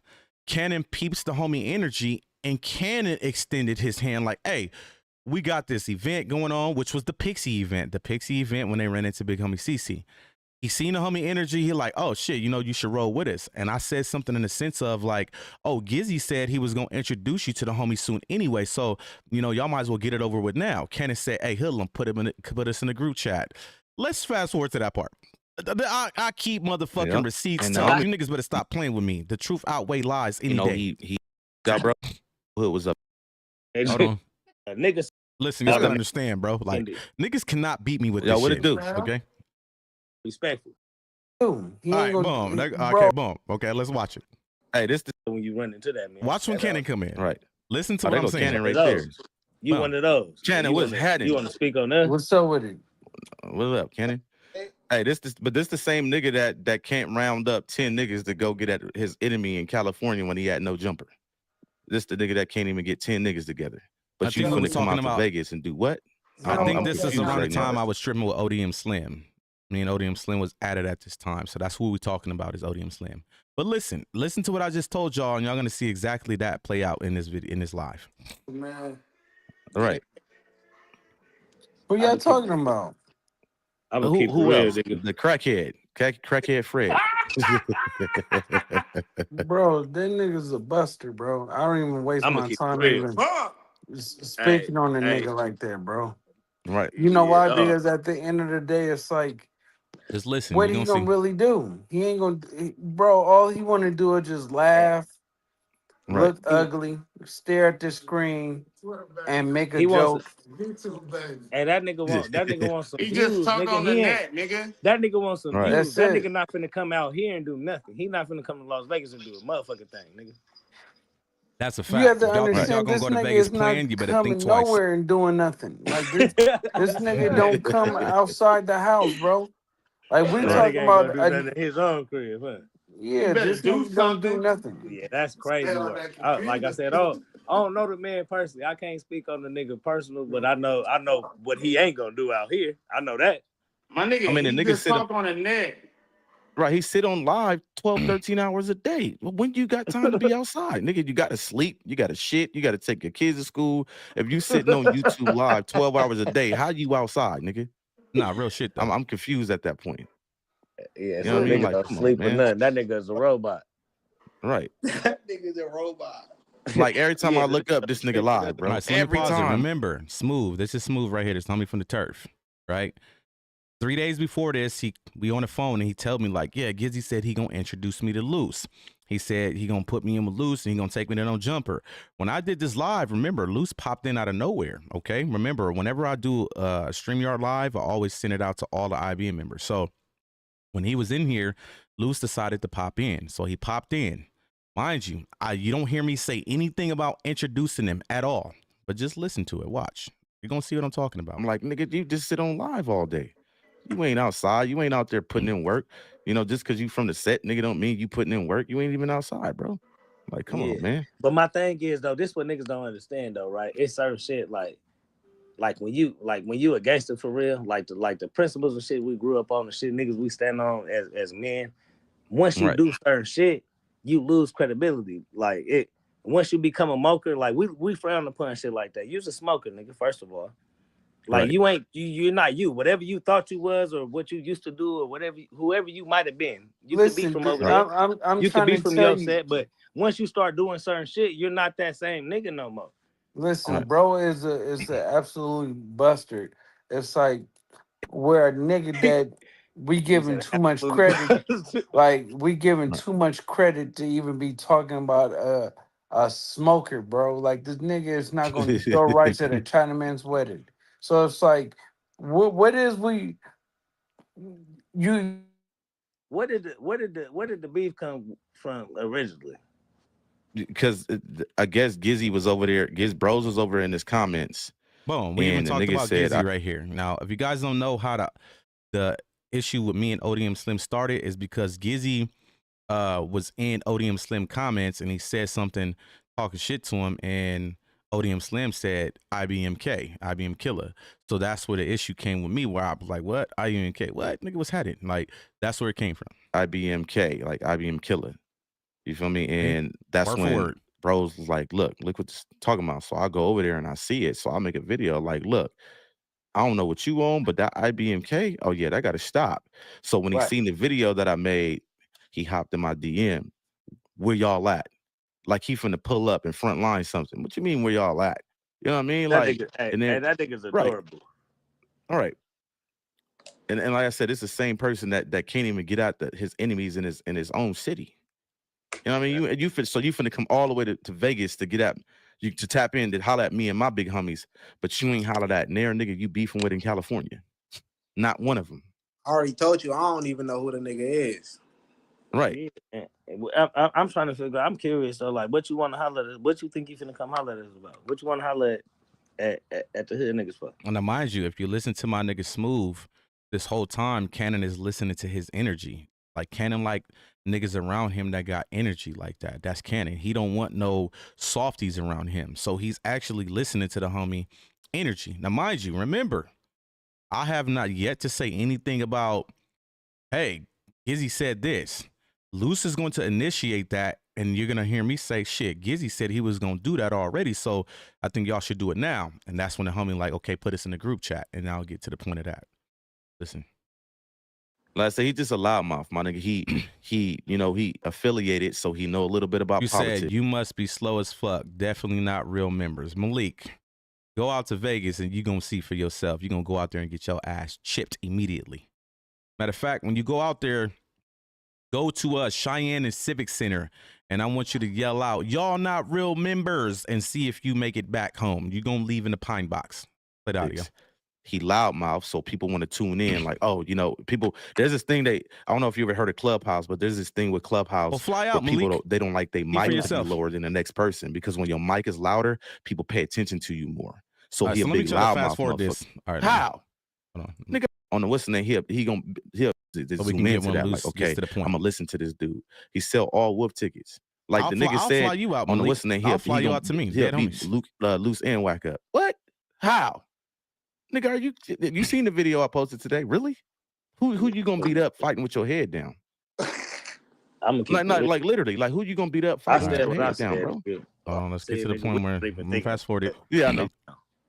With your head down like this. When I seen the video, I thought it was Louis Badass the one that showed me the video, and I'm thinking it was a female fighting, and he was like, "Nah, that's ODM Slim." His DP. Malik is probably like 12 years old. I said, on the weekend, he probably playing Roblox with Cheetos all over his hands, acting like Rambo. Wait a minute, this Rambo in this video.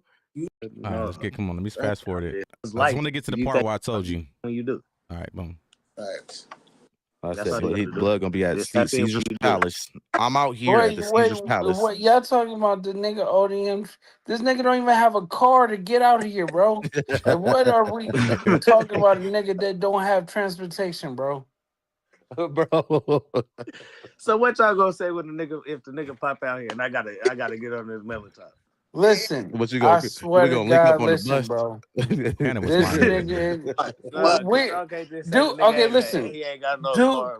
When he was okay, listen. This is what I want y'all to understand, right? On the internet, right? On social media, just period. All in the motherfucking. Do you ever see this nigga outside of his house or on a computer? Ever. I've I'ma never keep seen it a real. video of I'ma him keep it real. outside. Period. It's always at like a podcast or YouTube. I've never saw the nigga until my brother hit me up a few days ago. Matter of fact, I hit my brother up because I ended up seeing this shit on there when the nigga talking about he pulling up. You hear what he just said, right? I hit my brother up. Remember, I told y'all a couple days before this, he called me and told me, hey, Gizzy said he gonna bring me to No Jumper and introduce me to Luce. Y'all think I'm lying? He talked about the ODM Slim in that same conversation. Listen, bro, the receipts is here, buddy. Hollering at niggas, big homies and shit. I seen it. I called bros. I'm like, who is the boy that's talking about? Talking about me. You know that Pulling up nigga just listen, bro. That's That the nigga's first a time. liar. That's the first time I ever heard of him. I never heard of that man in my life. The first time I I don't heard, even know him. Like I said, I don't know the man at all. Right. But if he So, think he's nigga, fine now, he crazy as hell. y'all sitting up here wasting your time on a live because instead of talking about some relevant, this nigga is not even relevant. Like, bro, the nigga on YouTube, bro, Right. already destroyed this nigga's whole credibility, bro. You talking about when it come down to Spider Girl, the peanut butter munchie, all these niggas, bro, I destroyed. I left these niggas all alone because you know why? It's pointless in talking about them when these niggas is hoes, bro. One blind nigga, one nigga that's always dirty, and one nigga that look like a damn crackhead, bro. Hey, at least you are right though. Like we talking about a nigga that's just these niggas That's is not bums, gonna bro. never. No, I'm not for real. He don't even have transportation, bro. Like this nigga, like you just said, Hillum, this nigga sits on YouTube. Nigga, 15 hours a day, go to sleep, wake up, and do it all over again. Again, right. That is, you got to be the most depressing and most like bullshit nigga in the world. Because nigga, I make one video, nigga, and it fucks them all up, bro. Like these niggas do this shit every single day. All I'm trying to day. wait till we get to that part because I don't want to skip it. And I just be looking at this homeless ass nigga, bro. He don't even have clean clothes, bro. You see these niggas how they dress? Yeah, I'm looking at the nigga fingernails in one of his lives, nigga, and clean clothes. You ain't no mechanic. You a streamer. Why you in Vegas? You my know, nigga y'all be know how for real. mechanic Malik, like I was, said, right? go out there. Then you gonna see filthy as motherfucker, bro. It's hard, bro. Malik He ain't ain't gonna got make one it to home. work on. This nigga don't get in the shower, nothing, bro. Like, let's be realistic. Like his money ain't long enough. I'm gonna try to like find his the money part ain't long. I don't know the nigga in real life. Nigga talking about they patrolling the hood. These niggas is hopping up. The nigga they got one on. Come on, bro. Nigga pulled up on the. Hold on. No, tell it like I said. If y'all out here, I know Gloss, you coming with us tomorrow. Oh, here we go, right here. So Listen, look, here we go. Hey, listen. I don't know. Tell it like I said. If y'all out here, I know Gloss, you Right, coming so with let us. me rewind it a little bit so y'all can make sure I ain't said nothing about Gizzy to him. And nigga talking about they patrolling the hood, bro. Listen, like nigga, we can't even argue with niggas like that, bro. Oh my god, bro. These niggas is hopping up. The nigga they got one on the pegs on the back and shit. Nigga like, come on, bro. Nigga pulled up on the handlebars. Hey, he used to fall asleep on the phone with us too, Mike. So look, look. He gonna extend his hand. Look, I don't know. Tell it like I said. If y'all out here, I know Gloss, you coming with us tomorrow, right? Yeah. Huh? Gloss coming with you. Yeah. So if anybody else want to pull up, we outside tomorrow. Luce, I'm trying to tap you in with my homie Smooth. Gizzy was already supposed to introduce you to him. I don't know if Gizzy rented across. Boom! Exactly what the fuck I said. Huh? Receipts after fucking receipts after fucking receipts, right? Luce extended his hand. You see what he said? I said, boom, I'm trying to already put you in because Gizzy said he was going to introduce you to the homie. Exactly what I said the homie said to me, right? Listen to the rest. No, but listen. Yeah, we'll do it offline. But at the end of the day, we got a main objective. I might want to see one of my enemies and pow him tomorrow. You get what I'm saying? That's what I'm talking about. All right. Out here? Yeah, it's out in you out Magic. Yeah, tomorrow. At what time? Put us in the group chat. Hold on. Boom, and there it is there. So let's get to that, right?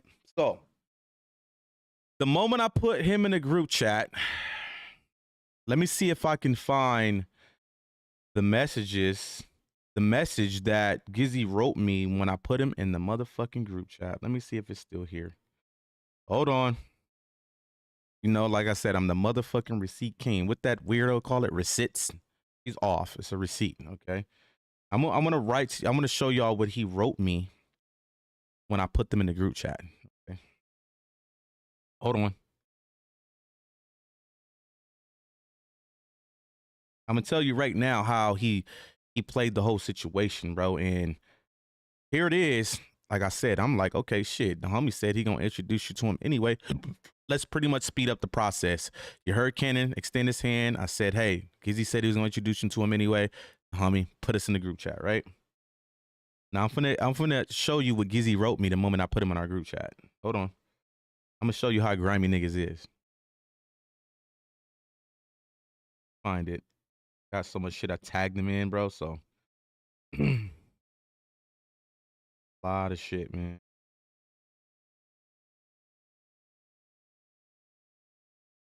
Where's it at? Oh, I think I found it. Right.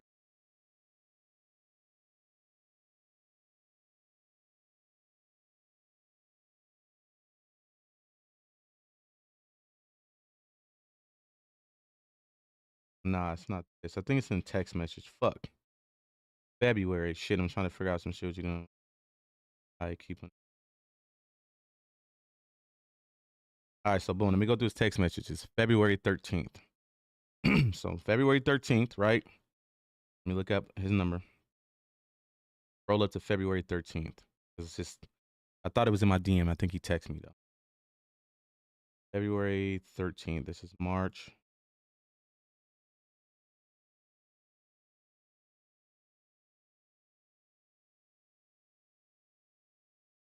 February 5th. February 13th. Oh, there it is there. Popped right up on my screen. You can even see that I actually sent him the motherfucking link to this live the same day, bro. All right, here we go. Receipt King Hoodlum. Let's go, bro. I love this shit. I love to call niggas out that's fake, bro. And I'm just being honest. Niggas be real life fake. Okay. All right, boom. So let's put this in the chat, right? Here we go. This is what he writes me when he sees me put the homie in the group chat like Cannon told me. Here it is. Hey, what you got the homie Smooth in the chat? What happened? I said he tapping in with Luce. Oh, I, bro's more than likely gonna be with y'all tomorrow at the Pixie event that Luce Cannon was just talking about. Who put into who all going? I said, make sure you tap in when you done shit not boo and playing them. Oh no, this is, wait, what? And everything I sent you, I got the phone DM. What the fuck talking about?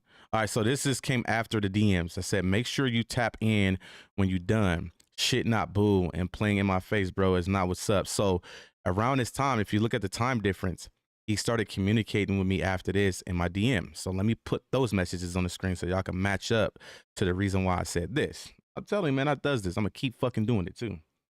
Boom. Right? I'm gonna show you how these niggas get down, right? What was it, February?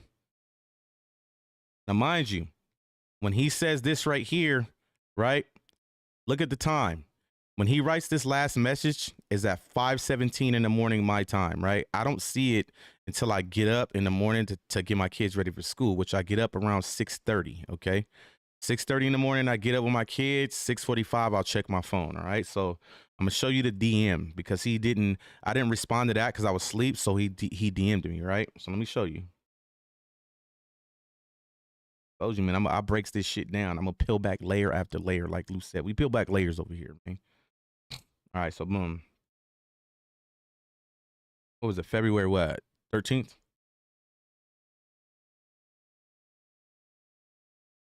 All right, boom. You can pretty much tell he was festering on this whole situation. He didn't really want the homie involved with Luce. I don't know if he gassed the homie up or whatever the case may be, but you can tell he immediately felt some type of way, right? So this is what he writes me, right? In my DM. Remember, 5:17, he wrote, who put in who to all going. I'm asleep at that time. I don't wake up till 6:30, right? So let me tell you how he get down. He up all night, right?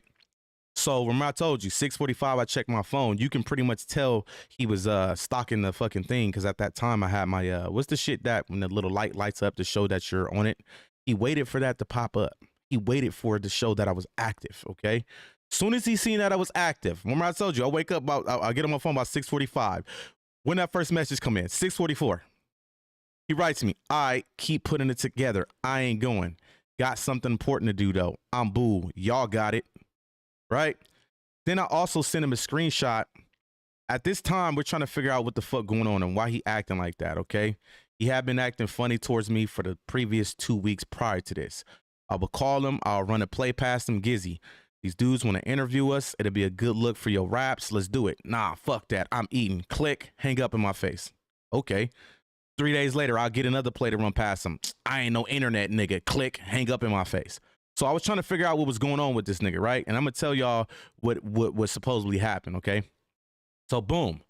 We're talking about this, trying to figure out what's going on with him. At this time, I'm communicating with Smooth, and I tell him like what he said. I'm like, what this nigga on? Like, I feel like he feels some type of way, right? So as I'm talking about this, somebody sends me a play. Boom. Here, it says, in here, they want to interview you and Gizzy, right? And I said, definitely can put it together. I send the nigga the screenshot. As I'm talking about getting plays, somebody sends me a message about a play, and it says right here, they want to interview me and Gizzy. So I sent him the screenshot like, bro, we got another play. Look what he said to me. What? Man, I'm boo. Fuck that nigga too. Fuck all these fake ass niggas. Wait a minute. This is how you communicate with somebody that's trying to put a play in your face to help you expand the rapper, the one that's already opened the door up to you being an IBM. So he clearly feels some type of way. Mind you, let me tell you what he did in this whole situation. He decided to try to throw me under the bus and say, well, you went back and told my business to Smooth because I showed Smooth these screenshots. Fuck you. I'm Xing you off the hood. You can't do this. You can't. And I'm telling a nigga like, bro, you ain't nobody to X nobody off the hood. First of all, you're from Harlem 30 Crip turn hood, okay? You ain't even got the stripes to ever X me off. I'm originally from Cali, but I ain't banging other hoods. So let's make that correct, right? So we get into this big argument. He get the homies involved. They get the politicking as well. We eventually squash it, okay? After a good 2 weeks, Cannon called me like the nigga Gizzy called, crying about you. Just talk to him, hoodlum. And I've been telling him like I'm done with this nigga. Like I even got into it with my wife about it because my wife like we didn't did too much for this dude. We're not the type that rub that shit in people's face, but if a dude can just turn on you because you was just trying to speed things up and he flipped it on you, it's bullshit. I didn't do nothing wrong. She like we didn't did too much for Gizzy. So Cannon told me to talk to the nigga. I talked to him. We squash it. He sends me a text message an hour later after we squash it, basically admitting to what I was trying to say the whole time, that he felt some type of way about Smooth. Why would you tell him you're going to introduce him to Cannon and you felt some type of way? He kept saying it's a lie. Why would you tell him that? You're trying to get us the beef for no reason. Well, let me put the motherfucking screenshot in the chat to what he said to me after we squashed it after 2. I never showed Smooth this, right? Because I didn't want to get no shit started again, right? So this is what he texted me, right? To show you.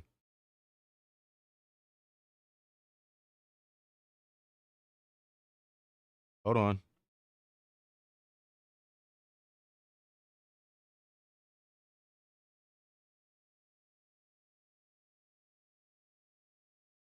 Find it.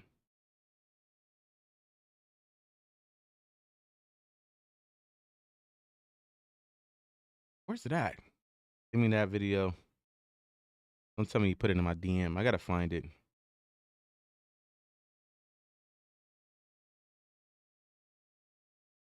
All right.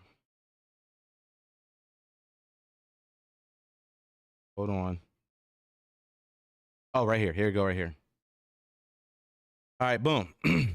All right, so I'm gonna put that in the motherfucking chat. So he pretty much tried to throw me under the bus saying I was trying to get shit started by telling the homie he felt some type of way, which he fucking did. It don't take a rocket scientist to see that he felt some type of way. So after 2 weeks, Cannon told me to talk to the nigga because he called Cannon crying. I talked to him. We squash it. This is what he sends me right here. Hey, fool, don't just allow anybody, bro. Think about it. Well, never mind. I said, understand. I got you, bros. So what he was trying to say is, don't just allow anybody in our circle, the IBM shit. Think about it, okay? nigga just admitted basically you did feel some type of way. So what was the whole point of you fucking tripping with me, making them seem like I was trying to get shit started between you and the homie when nigga you felt some type of way the whole motherfucking time? This is Gizzy, okay? Now mind you, this shit that he's already done to me prior to this and I kept doing for the nigga. If you want to call me stupid, yes. I got stories after stories where he has crossed me. I've never did nothing to this dude but help this nigga, okay? But boom, let's get back to the audio. That's really just hard, proof like of together, just shooting how around he is, okay? each other all the time. So like, what did you notice that didn't fit your morals and values? What did you start to see? Like, let's get some examples so people can understand, you know, why somebody so loyal would distance themselves. I just rather not get in there. Okay. Motherfuckers know what's up. I'm not that type of nigga. Okay. Now, do you know IBM Hoodlum? Uh-oh. Y'all hear it, right? Do you know IBM Hoodlum? I know he kind of smirked when he said it, but No, I never heard of him. nah, never heard of him. So I don't know if to take that serious or to take it as disrespect. Okay, but we'll play the audio. I never heard of him. Now you should see her face, right? Because she was expecting him to smut me. She was expecting him to say, yeah, fuck that nigga. Woo, woo, woo. He did not give her the answer she was looking for, okay? Remember, she's the detective. When you give detective answers they don't want, they looked a little shocked like, okay, I was not expecting that. And you should have seen her face when he said, never heard of him. Well, where I'm from, anybody that bang would tell you when somebody says, never heard of him, that's a form of disrespect, okay? Hey, you better stop. No, I was only asking because he has seemed to came out and start attacking a lot of people behind. Now, you see her words, attacking a lot of people. Who did I attack? Remember, Gigi had decided to reach out to me. She already admitted it. How am I attacking you? And you're fucking, after the first time me and Gigi talked when everything was copacetic, the next time we ever talked again is when she texted me talking shit and said, it's up and I got something for y'all. Because on one of my lives, I caught her, she's acting bitter. I didn't call her phone. I didn't text her phone to say that. It's my motherfucking live. You feel me? You know what I'm saying? I'm sure you bagged all the hoes he ever dreamed of fucking, but that's another story. Right. Okay. He's even tried to fuck one of my girls before. He stole one of my guns, all type of shit. I've been through so much with Gizzy, but guess what? Gizzy can never tell you a story where I crossed him. If he wants to tell you, well, you crossed me because you ran content on my boyfriend, so fucking be it. All right. Run the content, man. Luce Cannon. So I was just wondering what the relationship was there. I think a lot of people are curious because he has came at a lot of different people. Now, like I said, I didn't attack nobody. The only person I ran content on was Wack. They implemented themselves. They the ones decided to say, hey, text Hoodlum, talk shit to him. That's that, okay? How the fuck am I attacking you, Gigi? You reached out to me talking shit. You attacked me. Right. Right. Like, come on now. And he has said because of his loyalty to Luce. And again, I don't know any of these people, and I'm asking you because only what we've heard that he's never met Luce Cannon face to face or hung out with him. I don't know if it's true. I'm just asking what people have said. No, he hasn't. They ain't never okay, now how can Gizzy, somebody I don't fuck with, tell you if I met Luce or not? See how that works? How can this motherfucker that don't you once again, let me say it. When you don't like somebody, you are never going to say good things about him. Okay? Of course, he's gonna remember this is a smear Hoodlum campaign. We'll get to the whole meeting people or not meeting people thing at the end of this live, okay? And I'll show you it don't matter if you knew a motherfucker for 50 years or if you met a motherfucker 2 days ago, okay? Over the internet. We'll get to that. At all. They never met. At all. Not one time. Never shook the nigga hand, never held the nigga back. Never met trees. Boy, Wack is blowing her up. You hear her phone going off? Bitch, you still ain't answered the question. I asked the question on Power Rule. You better answer it now. Never none of that shit. So IBM Hoodlum, right?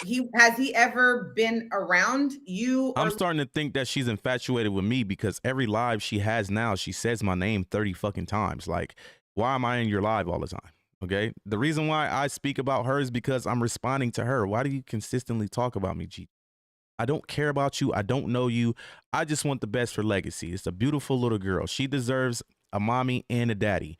She deserves to have a great life. She don't deserve this bullshit, okay? Luce Cannon or Wack or these like he's never been in your circle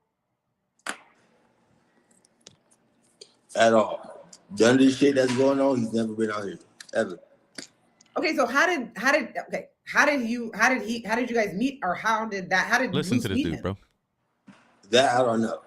So through Instagram, obviously, I don't know exactly whatever, but obviously through Instagram. But he started rocking with nigga, you know, whatever. He was fucking.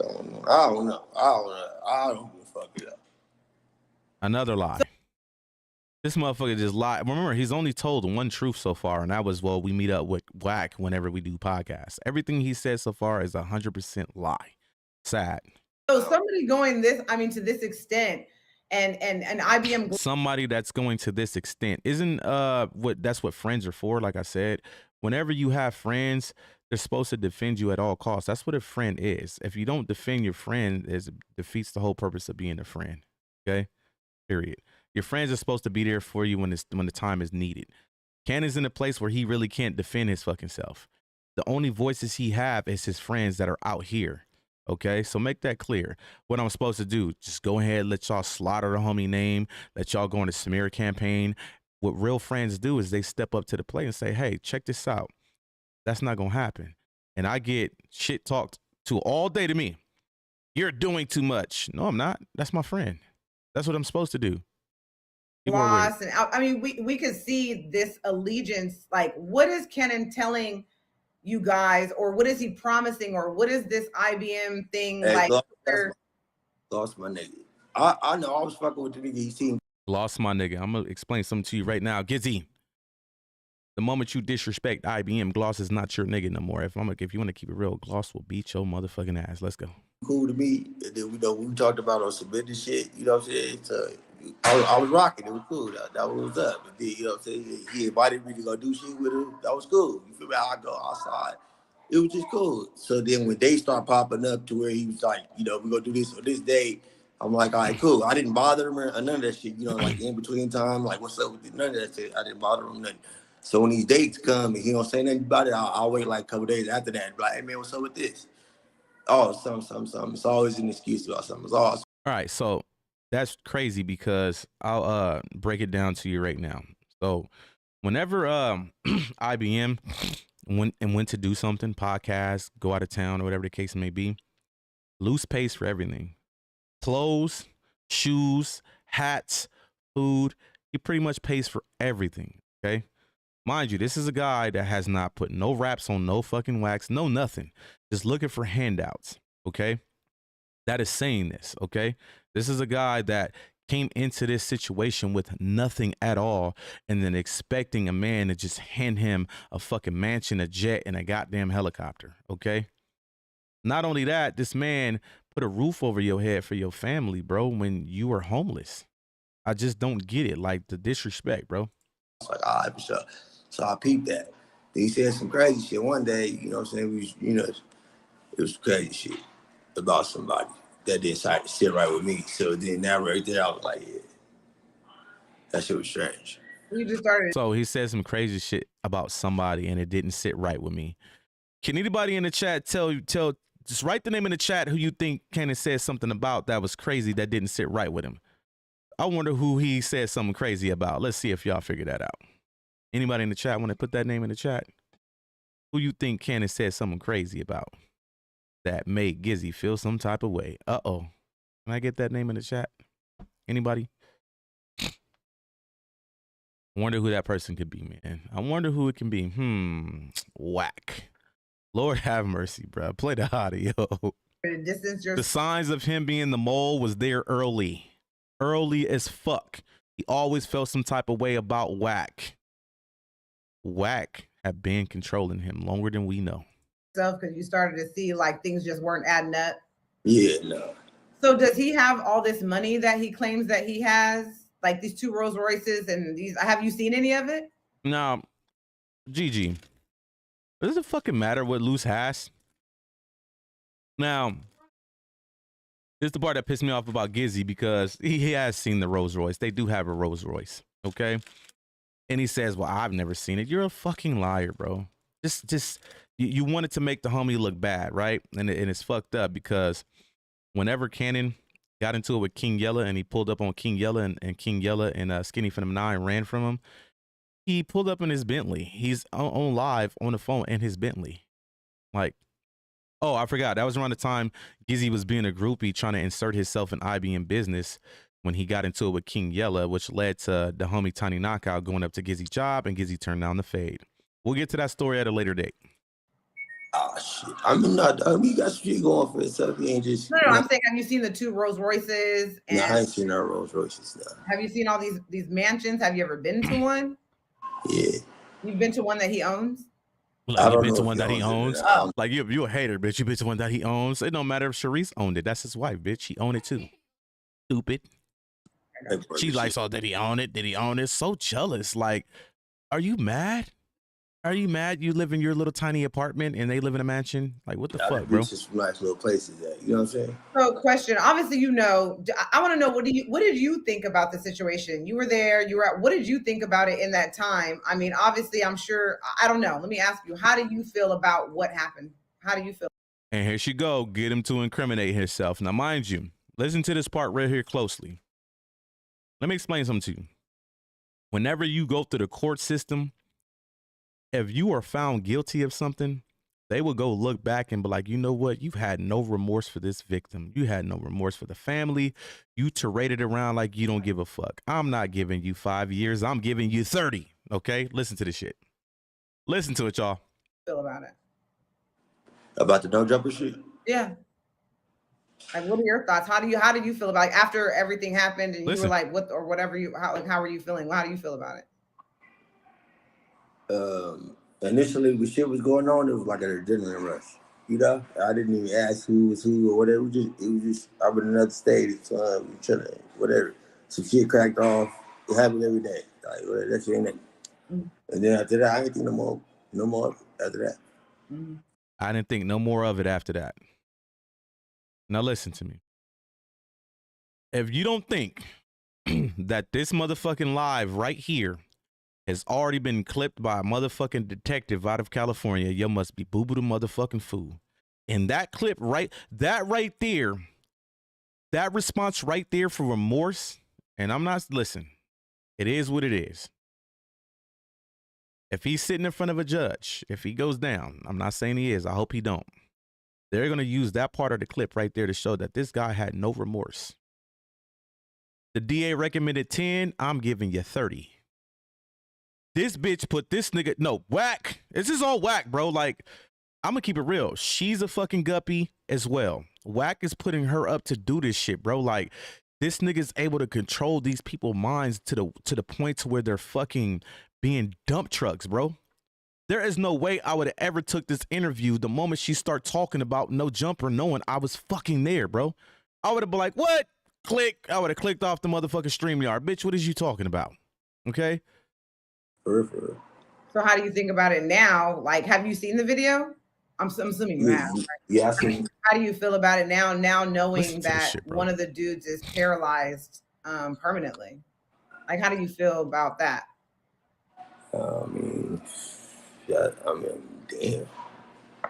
Did you know that? I heard that. Yeah, he is. He's paralyzed on one side of his body permanently. And I think that today, you know, when the detectives be in the room and they know they got their guy and the guy just won't tell on himself, they'll open up that folder and they'll throw the pictures on the table. Just look at her. Look what you did. Like, look what happened to her. Look at her face. She didn't deserve this. Her legs broke, her face crushed in. There's a hole in her head. Just take a look at it. This is what she's doing to him at the moment, just without the pictures. Like, how dumb can you fucking be, bro? How dumb can you be? Okay. This is First 48 on YouTube. Okay. This bitch might as well just start a First 48 channel for YouTube. One Jay Reed, which was another guy, said that he hasn't, like, nobody's reached out to him to apologize, or like he hasn't gotten any apologies.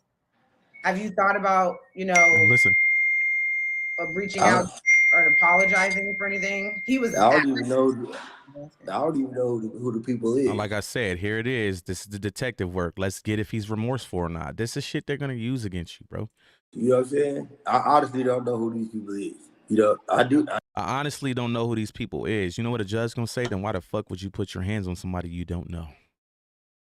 Did you not see the fucking? Oh my god! Oh my god! Oh my fucking god, bro! It's so disappointing, bro. I do hear the name Jay Reed a lot, so I do hear that name. But other than that, I don't know who these people is. And then on top of that, I'm not with all this messy. That I'm not with none of that shit. The police ass, all that shit is strange. I'm not. I honestly want to disassociate myself with all that type of shit.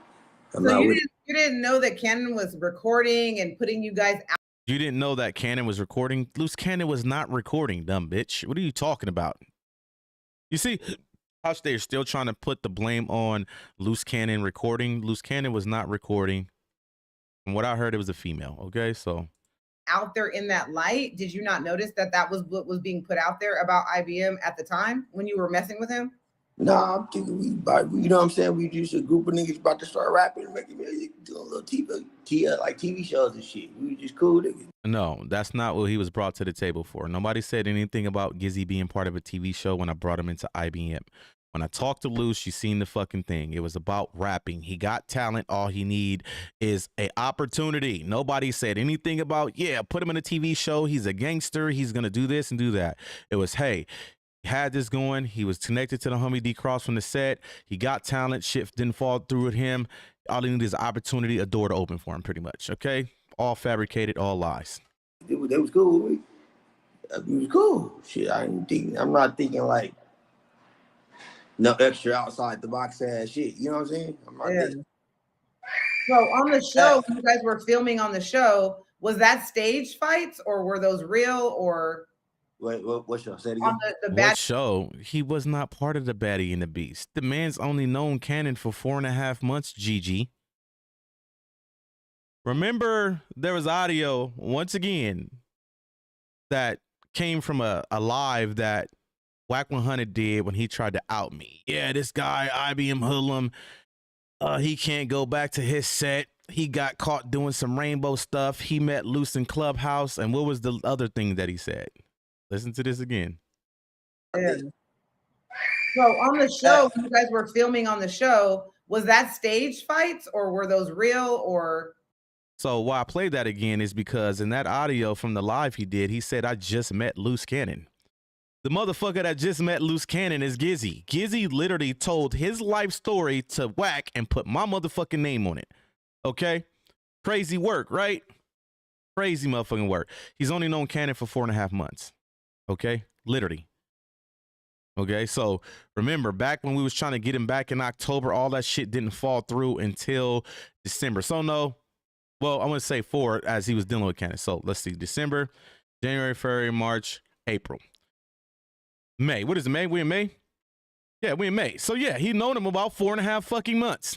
He's only known Cannon for 4.5 months, okay? So the person that just met Cannon is Gizzy, not me, okay? Remember, back in October, he was begging me to get him in IBM. Play the audio. Wait, what show? Say it again. On the Baddie and the Beast, were you a part of that when they were? No, I came in. Oh, you came after. So how long have you known Cannon before the No Jumper? Like, how long had you even known him at that point? Before No Jumper, I know him probably maybe a month. He didn't know him at a month. He didn't even understand. He started dealing with IBM in December. The No Jumper incident was in December. Lies again. Month? Yeah, 2 months, a month, whatever. Wow. Wow, you should see her face. She like, wow, so you're the new person that just met Cannon. Like, you should see her face. Like, oh, so you're the one that just met Cannon. That barely just known him. Like, bro. Yeah, shit like that. Lord have mercy, bro. Okay, that's good. That's good. So what was Wack and Cannon like super? Did you ever? You said they only did like business stuff. That's all it was with them, right?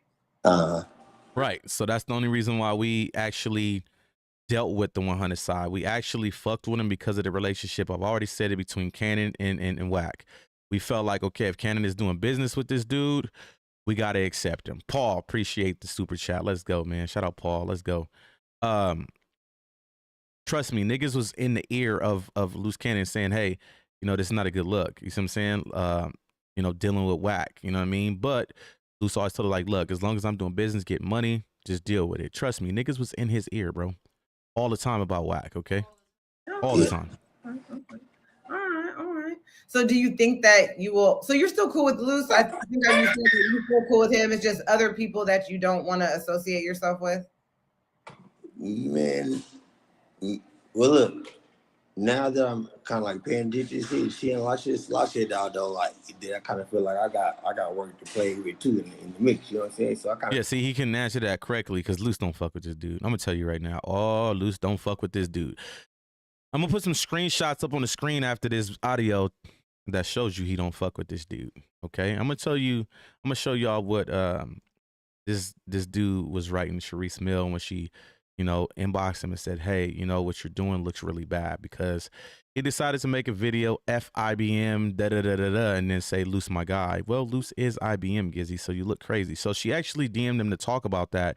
He got totally disrespectful. So Luce is not your guy no more, Gizzy. a certain type of way. Cross paths, me and him we'll talk about that. But Understandable. as far as I don't know who the fuck Luce said Luce was 30, bro.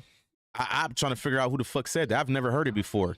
Did y'all believe that? Because I've never heard of no shit like that a day in my life until Wack 100 spent that narrative. Hey, Super, I can tell that you really, really fuck with Wack and them, bro. It's obvious because all the lies that they're making up, you're coming in my chat with them. That lets me know that you're fucking super 100 side, bro. Okay. Goss, that's my nigga. Beatles too. Gloss and Beathers too. They don't fuck with you, Gizzy. They do not fuck with you, Gizzy. They not your niggas, bro. Lies again. You ain't talked to none of them niggas since you said fuck IBM. How them your niggas? Stupid. All right. Let's come on now. Super Brock is from Houston. Now, mind you, that man, when me and Wack got into it in text message, right? When he called my wife a bitch and he called my mom a bitch. Remember, if you guys don't know, I only started talking about his girlfriend after he disrespected my wife. Once he called my wife a bitch, it became personal with Wack. Everything else is out the window. No IBM, no hood, no power, no none of that. It's me and Wack, right? So mind you, I told him the day he said that in a text message, I said, look, bro, you in Vegas. I can have somebody pull up on you and take my back fade, and don't you got that little dweeb Brock that live in Houston? I'll give him an addy. Matter of fact, I'll go pick blood up. And we could get down, dead homies, and we could record it, nigga, and we could put it on the internet. You know what he told me after that? Nothing. He blocked me. Dead homies. He turned that down. Okay? So stop. If you want me to put that screenshot off here, I would sure fucking do it. Okay? I ain't told y'all not one lie since I've been doing this shit, bro. All right, so play the audio. My nigga.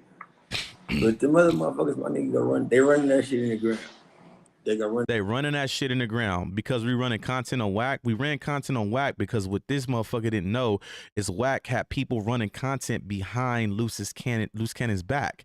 Do y'all want to know what the first thing we found out, that how we confirmed that he had niggas running content on Cannon behind his back? Take a wild guess how we found that out.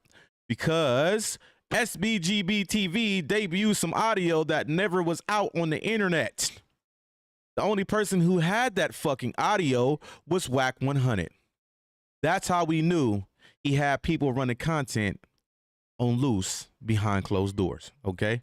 That's how we confirmed it. When we confirmed that, I came back in the group chat for IBM and said, we running content on Wack because of what he doing, okay? You let Wack call your wife and mom a bitch cut. Man, listen, I'm in Houston, right? It ain't no let nobody nothing. Trust me, I extended my hand like, bro, I got somebody in Vegas that'll pull up on you, get down with you. You got the little dweeb out here, Brock. I'll give him an addy. I'll go pick blood up. We can get down. He turned it down, bro, and blocked me. What is you talking about, bro? Yeah, what I'm going to do? Magically warp to the nigga? Stop, bro. You sound unrealistic in the chat. Let's go. Run that shit into the ground. They fucking up alliances, good people. They fucking up alliances and good people. Remember, the one that fucked up the alliance and good people was Wack when he sent the audio to SBGB TV to put on the internet that the feds did not have. Part of that phone call was out on Cannon's channel. But what SBGB TV put out was the whole phone call that only one person had in his possession, which was Wack motherfucking 100. CS2 back. He made a CJ in the building. Shout out my guy CJ. Big IBM shit. Let's go. Let's get it, man. CJ, what it do, my guy? All right, run out of here. The motherfuckers that you got, like, head, shit. Hey, Paul, I'm not worried about that. I'm talking about the motherfuckers I know. Tell Super Cuz to pull up then. Come out to Houston, Duloc. Matter of fact, he said, what'd he say, Shelby? I let who call who a bitch? Duloc, you're a bitch. Now come pull up to Houston, nigga. Yeah, nigga, warp to me, nigga. Dead homies, nigga. Play the audio. Nobody's. Like, for real. But, you know, I ain't, like I said, I'm just trying to rap. Alliances. Take care of these kids. I ain't Alliances. Yo, shout out for the super chat. Let's go. Coach. What it do? Appreciate the $2. Free Sweetie. Free Kenny, man. Let's go. All right, run audio. Trashy. I ain't not really. So that's why you distance yourself. You're not into the whole like filming and messy and drama and fighting. Not because I think you did share with me you have kids, right? Yeah, I don't like that type of attention. I don't like that type of attention, but he's literally on the internet the next day after he says F by IBM and says, "Oh, husband gangsters, I'm really out there. I'm really in the field." Now you're trying to make it seem like you're a family guy. Okay, Gizzy. That's understandable. Well, I appreciate you coming on here. Like I said, I just wanted. She looked devastated at this point because the interview didn't go the way she wanted to go. It actually went the way Wack wanted it to go. They both got put in a trick bag and they don't even know it, bro. It's sad fucking shit, bro. People to hear because, like I said, everybody can speculate, but I wanted to know. Everybody wants to know to hear. Just like, did you know what was going on? Because I think people are speculating that everybody knew, and it kind of seems like now you had no clue what was going on. You said you don't even know anybody there. You see how she told him they were getting ready to get up out of here, but she had to still throw some more detective work in there. Listen to her. My nigga, we was sitting there chilling, kicking it, hanging out. You know what I'm saying? Like, kicking it. Dulo, you're like, first of all, like I said, you're probably like 12 playing Roblox. You know how they got the Xbox controllers and be having the Cheetos and shit all over it? Shut up, bro. You ain't finna pull up nowhere. He said, stop, Dulo. You're unrealistic. Just stop, bro. You're making yourself look crazy. You trying to go to no jump? Cool. We go up there. Yeah, if you in Houston, name one street in Houston. Hold on. What's the host stroll in Houston? Go ahead. Oh, wait. Come on now, Dulo. You talking like you in Houston. What's the host stroll name in Houston? Right. Let's see how long it take him so we know if he's using Google right now. Come on. Dulo, you typing real quick. What's the host stroll in Houston since you out here? Oh, my God, KK, I fuck with you. It's called Bissonette. Thank you. That is the Figueroa of Houston. Damn, she got that in the chat before you did. Stop playing. You is not out here. Get out of here. Let's go. Play the audio. That's cool. Like I said, motherfuckers moving down, towards the dog. So I get up, niggas. I see a bunch of motherfuckers moving a certain way. I'm going the way they moving. And then that's how but other than that, it wasn't no setup. Well, not on the motherfuckers that, you know what I'm saying? All right, cool. He cleaned that up. It wasn't no setup. Remember, Wack 100 had all his little 100 side dweebs and Adam 22's chat when he was live the other day saying Luce Cannon set Jay Reed up. He the one that called him up there to have that done to him. They tried to blame him for it, but Gizzy just cleared that up. There was no setup. Remember, Jay Reed came up there on some Dosh Network shit. Who was the motherfucker tied in with Dosh Network? Open your fucking eyes. Wack. Right, but that you know of. You don't know. It wasn't no setup. Wasn't nobody trying to set nobody up or no shit. Like I said, as far as I know. You know what I'm saying? Yeah, no, of course. You can only speak on. That wasn't the case at all. Now, let me just ask you this, and this is just purely speculation because you don't know. Hey, CJ, I don't know. It's obvious he CS2 back, bro. Like, come on, man. It's blatant. It's in our face now. Like I said, you're doing police shit behind closed doors. You had your girl fucking report me for a fake police report. Your girl called in on Cannon today to report his 3-way calls. Like, y'all the police, bro, through and through. Like I said, I've already said it. This man got on the phone with me and tried to say that I threatened R&B because I knew his location, and his location in Las Vegas is R&B house, so I'm threatening her. He didn't talk to me as I was threatening his girl. He talked to me like a Karen. But here it is. You get on live because Sharice Mills says that you didn't give her some of them raggedy ass diapers. Matter of fact, academics, he can't be going broke. He got the diaper company. Well, let's look up the reviews on them raggedy ass diapers that people are talking so much shit about online. Look how many stars they got on Amazon, bro. Okay. Let's go to the incredible diapers on Amazon. Where they at? Is this them? No, let's look up incredible diapers, right? Incredible diapers. Let's look at the reviews on this shit. Okay. 3 stars. Okay. 3 funky ass stars. Okay. This shit, look, bro. Okay. How do you do the reviews, Shelby? You know I'm not Amazon savvy. Okay. All right. How much they want for a box? They want $34.95. Size 4. How many count? 80 pieces. Okay.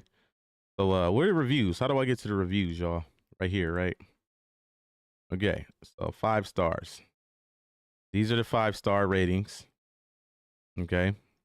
He has some good 5-star ratings, but he also has more of this stuff. So the product does not work. We gave it a try for 3 nights and have found that it leaks around 4 or 5 hour window. We purchased according to the size recommendation. Disappointed, will not purchase again.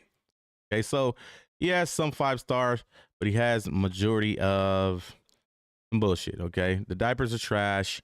They're not going anywhere. They're not even in stores. Okay, you can't order them unless you fucking go online. If you're making big money off of diapers, off of any company, your shit's gonna be in Walmart, Walgreens, CVS, name it. Your shit gonna be in all of that. Them motherfuckers ain't selling nowhere. Okay, all of, oh, he got a bunch of money and all of that. Stop. Okay, run the audio. No. Do you think now that you've kind of seen the way like the people you're saying move funny, or the people in there that are like you don't agree with what they're doing, do you think maybe those people, some people she's knew hinting towards me. You don't agree with what they're doing. She's talking about me. Remember, Gizzy didn't agree with me running content on Wack. Remember, 3 weeks before that day, Wack decided to go live and basically say the stuff about me that Gizzy told him, the lies.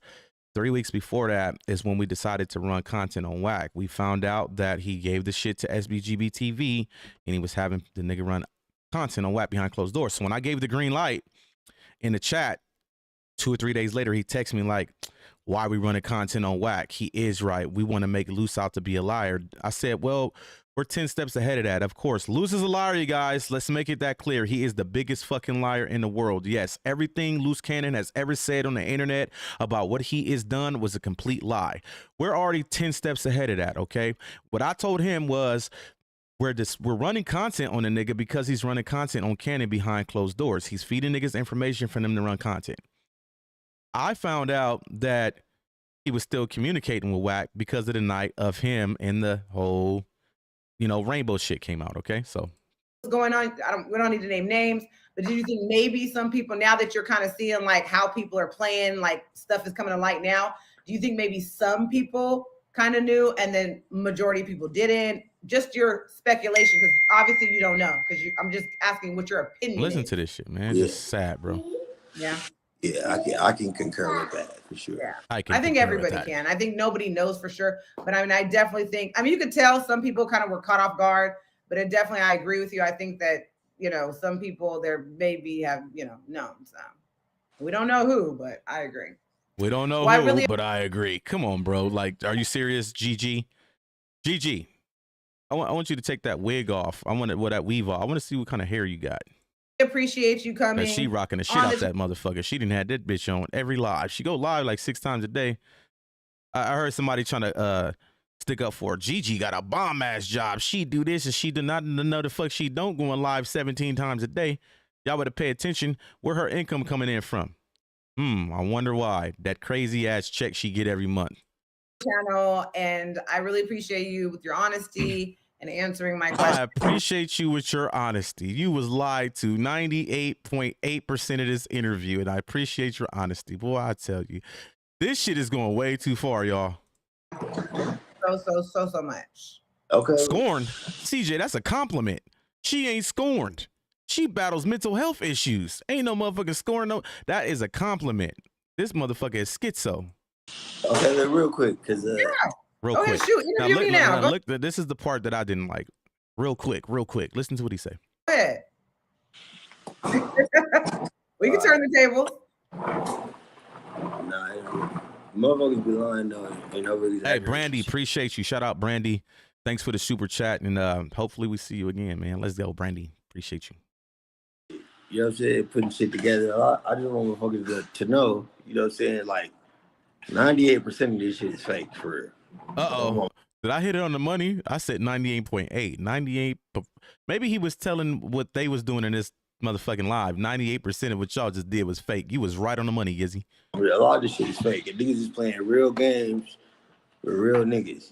Niggas is playing real games with real niggas. Gizzy, I know all about you, bruh. I had to beat a nigga up for Gizzy before, okay? I watched Gizzy turn down numerous of fades, and one of them I had to beat the dude up for him. This dude is so motherfucking fabricated, it ain't even funny, bruh. Yeah, that shit ain't good. Okay, well, you can't leave us with that cliffhanger. 98% of Look, as she's steady reaching for more details into the crime. Well, you can't leave us with that. What else you gonna incriminate yourself about? Listen to this shit, bro. what IBM is putting out is fake. Huh? You talking about 90? What the one IBM nigga, putting out? no, yeah, Oh, well, we know that. I've already did, but we know that. all that shit is fake and put together. I'm telling you. Yeah, All of it is fake and put together. Do I look fake to you guys? Do I look put together? If you hear what they said, the IBM account, do I look fake to you guys? This is another Wack play. Remember, Wack does not want to give me clout because he knows how powerful I am on Instagram. And he's like, damn, this little motherfucker that made his way over to YouTube and tearing our ass up. They refer to me as a fan page. Okay, this is what he told Adam22 to refer to me as and call me IBM Skittles. Okay, I'm not lying. Like, he does not want to give me clout because you got to understand, when somebody as big as Wack, Adam22, academics say my name, he does not want to hand me more power. And what that does is it just gives me a little bit more power. And Adam22 actually slipped up and said my name. So that the IBM hoodlum guy is basically pushing an angle that basically Wack. Right, so boom, he actually texted him after that and told him no, say it again. Because when he says my name again, he says, well, IBM Skittles. I don't want to say his name because I don't want to give him no clout. Well, you slipped up Adam22 and you already said it, okay? So this is what these dudes do. They try to stop me. I keep telling everybody, it's not about Luce, it's not about Sharice. It's always been about me. I'm the one that ran content on Wack, and I'm the one that has been tearing his ass up. Luce and Sharice has did nothing. Luce just finally started doing something 2 days ago when he disrespected Sharice. This whole time before that, it was all me. You see what I'm saying? So let's go. Play it. I mean, we know that. Nobody's trying to stop me. You don't know the messages I got in my phone. Oh, definitely trying to stop me, buddy. See, y'all only see the internet. I deal with this shit in real life. Baylock. Okay? The ugly name, too. Baylock. Fuck is Baylock, bro? Put together all type of shit. I also feel like I want niggas I'm fucking with to know the nigga looking for a get out of jail free thing. All right, boom. That's what rubbed me the wrong way. Niggas is looking for a get out of jail free thing. He just insinuated that Luce is gonna snitch on him.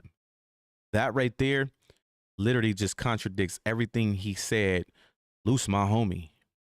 But you literally just insinuated that a nigga gonna be looking for a get out of jail free card pretty much. That shit is wild, okay? See, niggas better be careful. But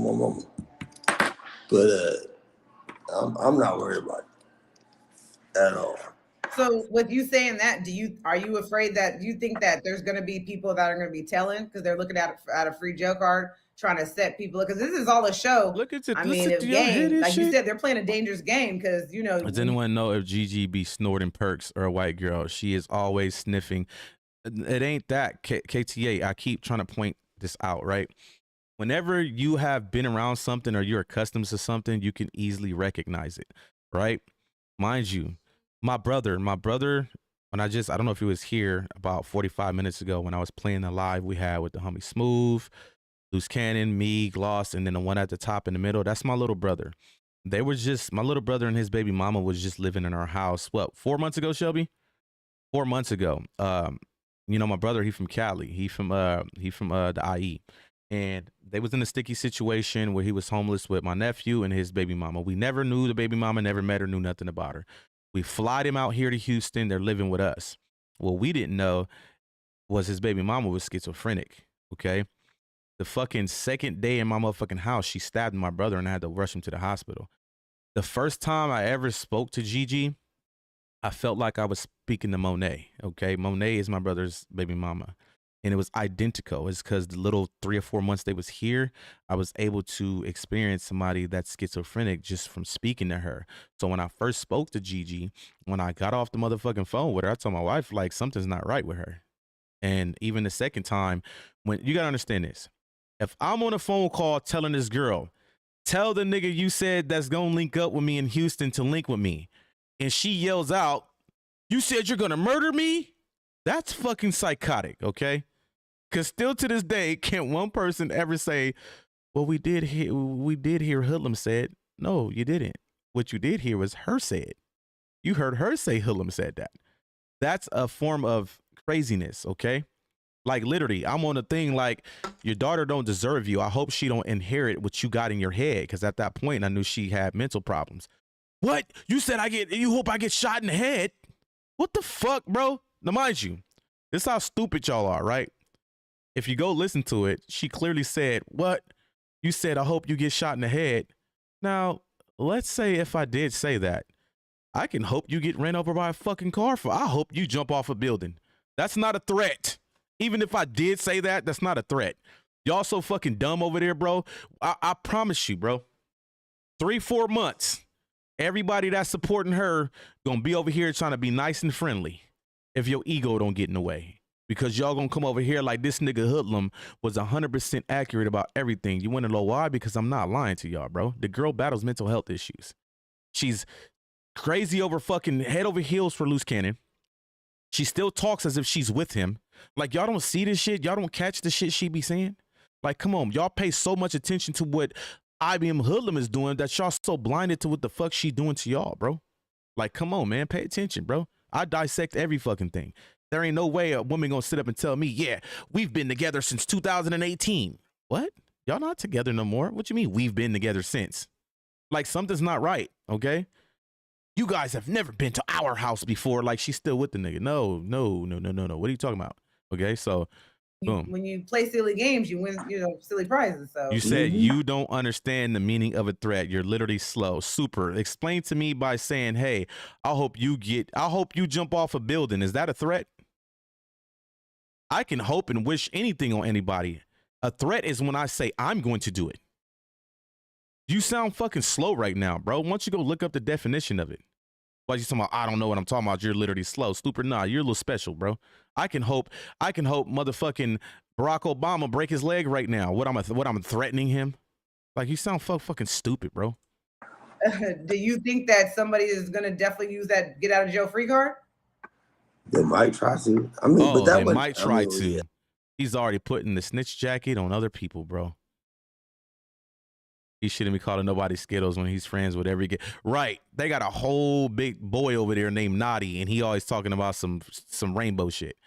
Y'all got a whole big buff guy over there that dates the what's his right? Y'all know Naughty dates Ghost. Ghost is in a relationship with Naughty. You know the little crackhead looking dude? That's Naughty boyfriend. All right, so play. Yeah, not like that, not to downplay it like that, but it wasn't for real. All right, so the receipts that you're seeing, Bugs, is the same receipts that she's been having for the last 3 years, okay? She's not going to be able to show you anything else outside of that. You guys are going to start seeing the same shit. Everything that she put on the screen, she already sent to my phone the first time I talked to her, bro. She's been running these receipts for 2 or 3 years. Yes, I've already said it. A lot of the things that she is saying is true. A lot of it is not. The receipts are there. Yes, they was married. Yes, they did IVS. Yes, there's a baby involved. Yes, all that is true. But there's a lot of the stuff that's not true. I keep telling y'all, the reason why the marriage has not been finalized, it's not because of Cannon. It's because of her. Okay? She's been basically saying, sign your rights over or I'm not finalizing the divorce. Y'all don't know that. She wants Cannon to sign his rights over. Cannon's not going to do that. If that's his child, he shouldn't have to do that. I literally listened to this girl on her live say, he the one that should be getting the DNA test. No, that's not how it works. So what I'm saying is, right, say if I knock a bitch up right now, right, and she get pregnant and she had a baby and I'm going around like, shit, that ain't my baby. She should be the one that's filing for child support to get a DNA test. Why the fuck would I be going to get a DNA test and I'm denying the baby? Does that make any sense? It don't make sense. He should be the one trying to get a DNA test. Wasn't he the one denying the baby? Why the fuck would he want to get a DNA test and he's saying it ain't his? Like, the girl's all over the place. Now, if he was saying that is my baby and Gigi was like, this ain't your baby, then he should be the one going after a DNA test. Like I said, y'all just dumbfounded to this girl, bro. Like I said, I don't know what it is, what kind of spell Gigi didn't put on y'all, but y'all are fucking crazy over there if y'all relate to her. Remember, you relate to what you relate to. So I'm starting to think that people that support her is because what they've been through and they relate to her. Like I said, the shit that's happening with Gigi happens all the time in the fucking hood. Niggas knock bitches up, gas them up, leave them for another bitch. Happens all the time, okay? What makes her story so fucking like perfect? She had receipts before. Wacky though. What do you mean wacky though? I'm a loss. Wacky though. Who's wacky? She's been having receipts well before she even knew Wack, if that's what you're saying. Been having receipts since 3 years ago. It's the same shit.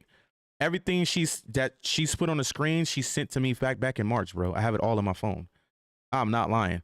From the police report to the embryo pictures to the video she keeps showing y'all, the ultrasound with Cannon in the background saying, is it twins? She sent me all of that, bro. I will put it on the fucking screen. She's running the same shit she's been running past everybody for 2 or 3 years. She's running out of content. Why you think they're leaning towards, well, let's find a way to go at IB and Hoodlum? Because I am the fucking clout. Somebody, oh, you're trying to go viral. You just want clout. I am the clout. Nigga, what is you talking about? I sit back and I just watch shit all day and I'm going to these people's streams and they're talking about me left and right.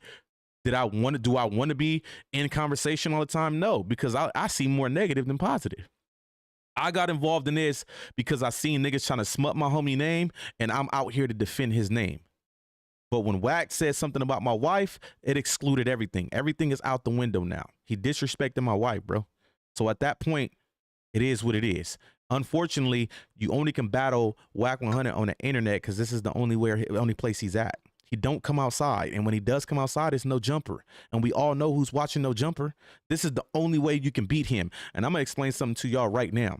I'm a one-man army pretty much right now. And I'm beating the shit out of Wack because police reports, reporting phone calls, lying, saying I threaten people, that's all tactics of we're getting our ass beat. We're in desperation mode. We have to find a way to take this dude down.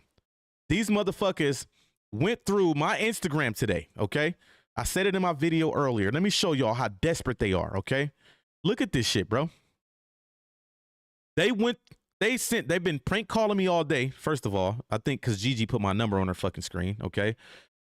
They went and found a comment from months ago. The 100 side, remember, I don't know if y'all heard the audio yesterday when Wack in the Clubhouse, Autobots activate. Who the fuck they think they is? A movie over there, bro? What is wrong with these people?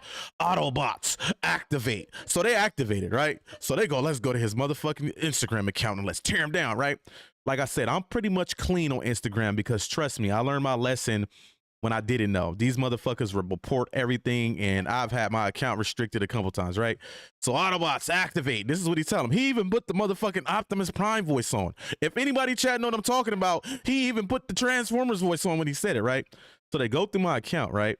And they find a fucking comment from months ago, okay? And it says, I'ma hit you when I'm done. So it was my cousin I was replying to.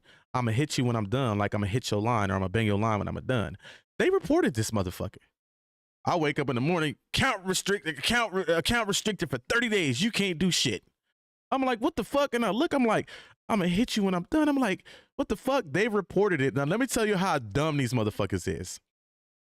If you go look up right now, that's how slow they is. If you go look up on YouTube right now and look up Clubhouse shenanigans and Clubhouse, the shit they post on YouTube, their shit right now currently says Luce Cannon makes threats to Wack 100 over phone calls. Is the threat shit the only fucking tactic y'all got right now? Y'all done accused me of 17,000 threats. Now y'all accusing Luce of 17,000 threats. Y'all said Sharice was making threats. They even reported this fucking comment. Take a while, guess what they reported it under? A threat. These motherfuckers is dumb, bro. Okay, so this is what let me know, okay, this is all 100 side dweebs work. So boom, I had the little button where you could like send it in a review, and then they sent me a message back 5 minutes later and said, we reviewed your comment and reposted it because it does not violate our community standards. I fucking bet. But they literally tried to find anything to try to get me tore down, okay? And this is an act of desperation. If anybody, I don't give a fuck who you are in this chat, keep thinking that what Wack is doing is about Luce Cannon and Sharice, y'all don't know what I know. All this started over me, dead homies, on my dead sister, rest in peace. All this shit that's going on right now is because of me. He's been trying to tear me down, but it ain't gonna happen. We're gonna keep stepping on their necks. Remember, his motherfucking girlfriend went in. Y'all don't see it, his girlfriend went in Clubhouse and I fear for my life. I haven't slept in 15 days. You ain't slept in 15 days? What kind of meth you got? Send me that shit. I want to get high off that shit. 15 days, you staying up? I want to create content for 15 days, right? Mind you, I can't sleep. I've been up for 15 days. I got to look over my shoulder. This is all the shit they're making towards me. Do y'all think this is really about Luce Cannon and Sharice? No. They just not going to say my name. They don't want to give me clout. But come on, man. Y'all better wake up. Like I said, I can't wait for another 2 or 3 months to go by and y'all going to really wake up. There's people already waking up to Gigi. That audio I put out the other day, that was somebody that just wind up DMing me like, man, you were right. Like, this girl's crazy. Like, this girl was actually supporting her at one point. And she's like, well, wait a minute. I'm listening to what you're saying and I'm seeing what you're talking about. This girl's crazy. Okay. So understand what's going on around y'all. Like I said, y'all only going to get real and uncut. I am the receipt king. If you got something to say about IBM Hoodlum, I can give 2 fucks. I want you to put the receipt to prove it. Like I said, you can say whatever you want to say about me. It's already been said about me. That's why I don't give a fuck. You got to be cold-hearted with this shit.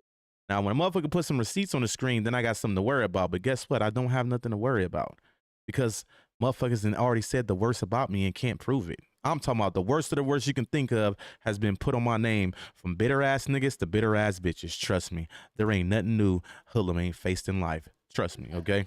But, a quick message, right? Before we get out of here, and I said I was going to speak on this before I go, right? You know, a lot of people have been hitting me up, want me to, you know, have you ever met Luce before? Have you not? Whatever the case may be. My thing is this. It don't matter. This is a quick message to everybody. It don't matter if you met a person in a physical form, over the internet, or over a fucking phone call. My point of what I'm saying right now is Gizzy, okay? This dude right here is somebody that I've known for over 20 years, 24 years to be exact, right? And look what a person that you know in a physical form, look what they can do to you versus somebody like my dude Haj, that's a mod that I met online 2 or 3 years ago.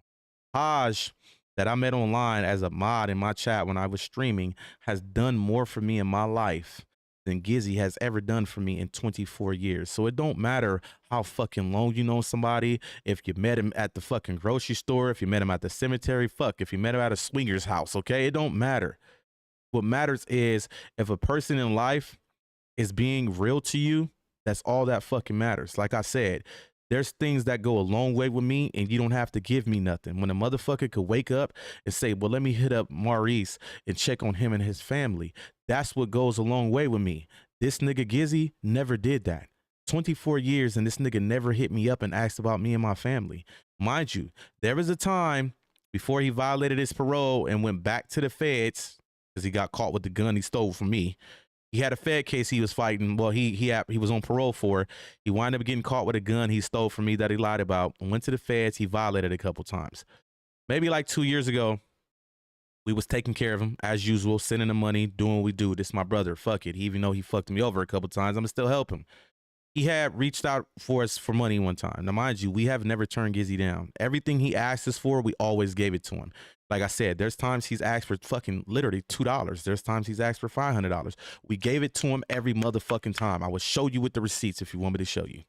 There was one time that, mind you, you got to understand this. When you're married, you don't make financial decisions on your own. Once there's a no, that's what it is. If I agree to send somebody some money and my wife say no, it's no. If she say I'm sending this money and she come to me and I say no, it's no. There was a time he reached out to me, right? And he said, bros, can I hold $200? I said, let me talk to my wife. I talked to Shelby. Shelby like Maurice. Every time he asked for money, we give it to him. But he don't never hit you up and say, how's your wife? How's your kids? How are you? He's never done that. So she was like, you know what? I'm saying no this time. I hit him back up. I said, bros, the wifey said that no. What the fuck? What, she wear the drawers, nigga? Wooty woo woo woo. Fuck you, nigga. The nigga blocked me on the phone, blocked me on Facebook, blocked me on any type of communication. And 3 days later, I seen a post from his girl on fucking Facebook saying he got violated and he went back to the feds. Okay? This is the type of shit I was dealing with. But it just goes to show you that I got a person named Haj. He's one of my mods. I've been knowing him for a while. And I've only known him over the internet. And he has done more for me in a matter of 3 years online that Gizzy has ever done for me. And you want to know what that is? Haj just hitting me up saying, hey, how's Shelby? How's your kids? That's all it fucking takes with me. I would give you the shirt off my fucking back if you are able to just do that for me. Okay? That's it. Like, come on now. His IBM wife will get smashed by the homies. Tyler, good luck with that. But you know, that's all it takes for me. It's just that. I don't want nothing from nobody. I don't ask. Like I said, we're set in life. We're good. We don't need nothing from nobody. But for somebody to just pick up a phone and just ask how my day is going, how my kids, shit like that, that's the shit I look for. That shit to keep me locked in with you. You know what I mean? People don't understand that. So I don't give a fuck who know who never met who, whatever the case may be. A person that know you in a physical form for 24 years will fuck you over for a motherfucker they met 4 months ago. Period. So understand my message. There's people online from fucking 10 years ago that has done more for me than my own blood family, okay?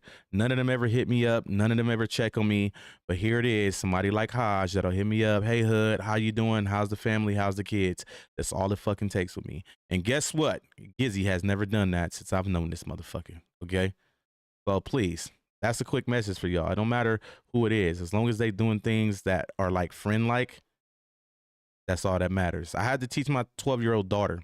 When I got custody of my daughter back when she was 8, when she came out here, she went to school for 4 days. And she came back. She was like, Dad, I got a best friend. Can you order me these best friend bracelets off Amazon? I'm like, a best friend? I'm like, best friends don't come in 4 days, baby. No, she's my best friend. And I'm like, no, baby, like, best friends, they have to earn that title. A best friend ain't just a normal friend. A best friend is somebody that's going to be there for you. It comes with time. It comes with trust. It comes with respect, stuff like that. And, you know, as I explained this to her, I still ordered the bracelets. Within a week, she came back and was like, oh, the girl's talking about me now. She doesn't like me. Now, my daughter sees what a real best friend is because she has one. And her name's Vivian. She goes to every one of my daughter's orchestra concerts. When she goes out shopping with her mom, she calls Bella, asks Bella what she wants. They do homework together. Everything a best friend represents is Vivian. And I told her one day, I said, that's what a best friend is. So understand what I'm saying. It don't matter how long you know the motherfucker is if they're living up to what the definition of a friend is. Gizzy has never lived up to that, okay? That's my message for tonight, man. I'm about to get out of here. I hope everybody have a great night. Remember, if you guys are new to the chat, and new to the channel, make sure you guys like, share, and subscribe. Hit the fucking like button. And remember, I'm only going to create content if they create content. As long as they talking shit, Hoodlum is going to talk shit, and I'm going to spit facts, okay? Like, share, and subscribe. I'm IBM Hoodlum, and I'm out. Love you guys, and appreciate all the super chats tonight, man. I think I got, oh yeah, before I go, I do have Sunday service tomorrow. Sunday service with Sharice Mills. I will announce it on my Instagram. If you guys are not following me on Instagram, here's the Instagram right here, IBM Hoodlum. Follow me on Instagram. We got Sunday service tomorrow with Sharice Mills, my guy Bush, and my guy EST. Another announcement. This tomorrow was supposed to be another fucking stream for Sunday service with Lil Durk. But because of his situation with his new case, they pushed his shit somewhere. He's going to be next week. On the 8th, Sunday service is going to be Lil Durk again. You know, they already, you know, Gigi scrambled and made up a fake receipt talking about his friends didn't even approve of that. That was a play. Well, I don't think that was a play if fucking Cannon put him on the phone in jail, stupid. Remember, they called Sharice's phone, not Academic's phone. Go watch the Sunday service. Academics asked Sharice to call him to put him in on the call because it kept fucking up on Sharice's phone. Like, the girl really be scrambling, making fake receipts like the fake cease and desist order, okay? But Sunday service tomorrow, I'm going to announce that on my Instagram. I'll let you guys know. And I'll probably make a post on YouTube. And next week, Lil Durk again. All right. So you guys have a great night, man. Appreciate you guys. Love you guys. Peace.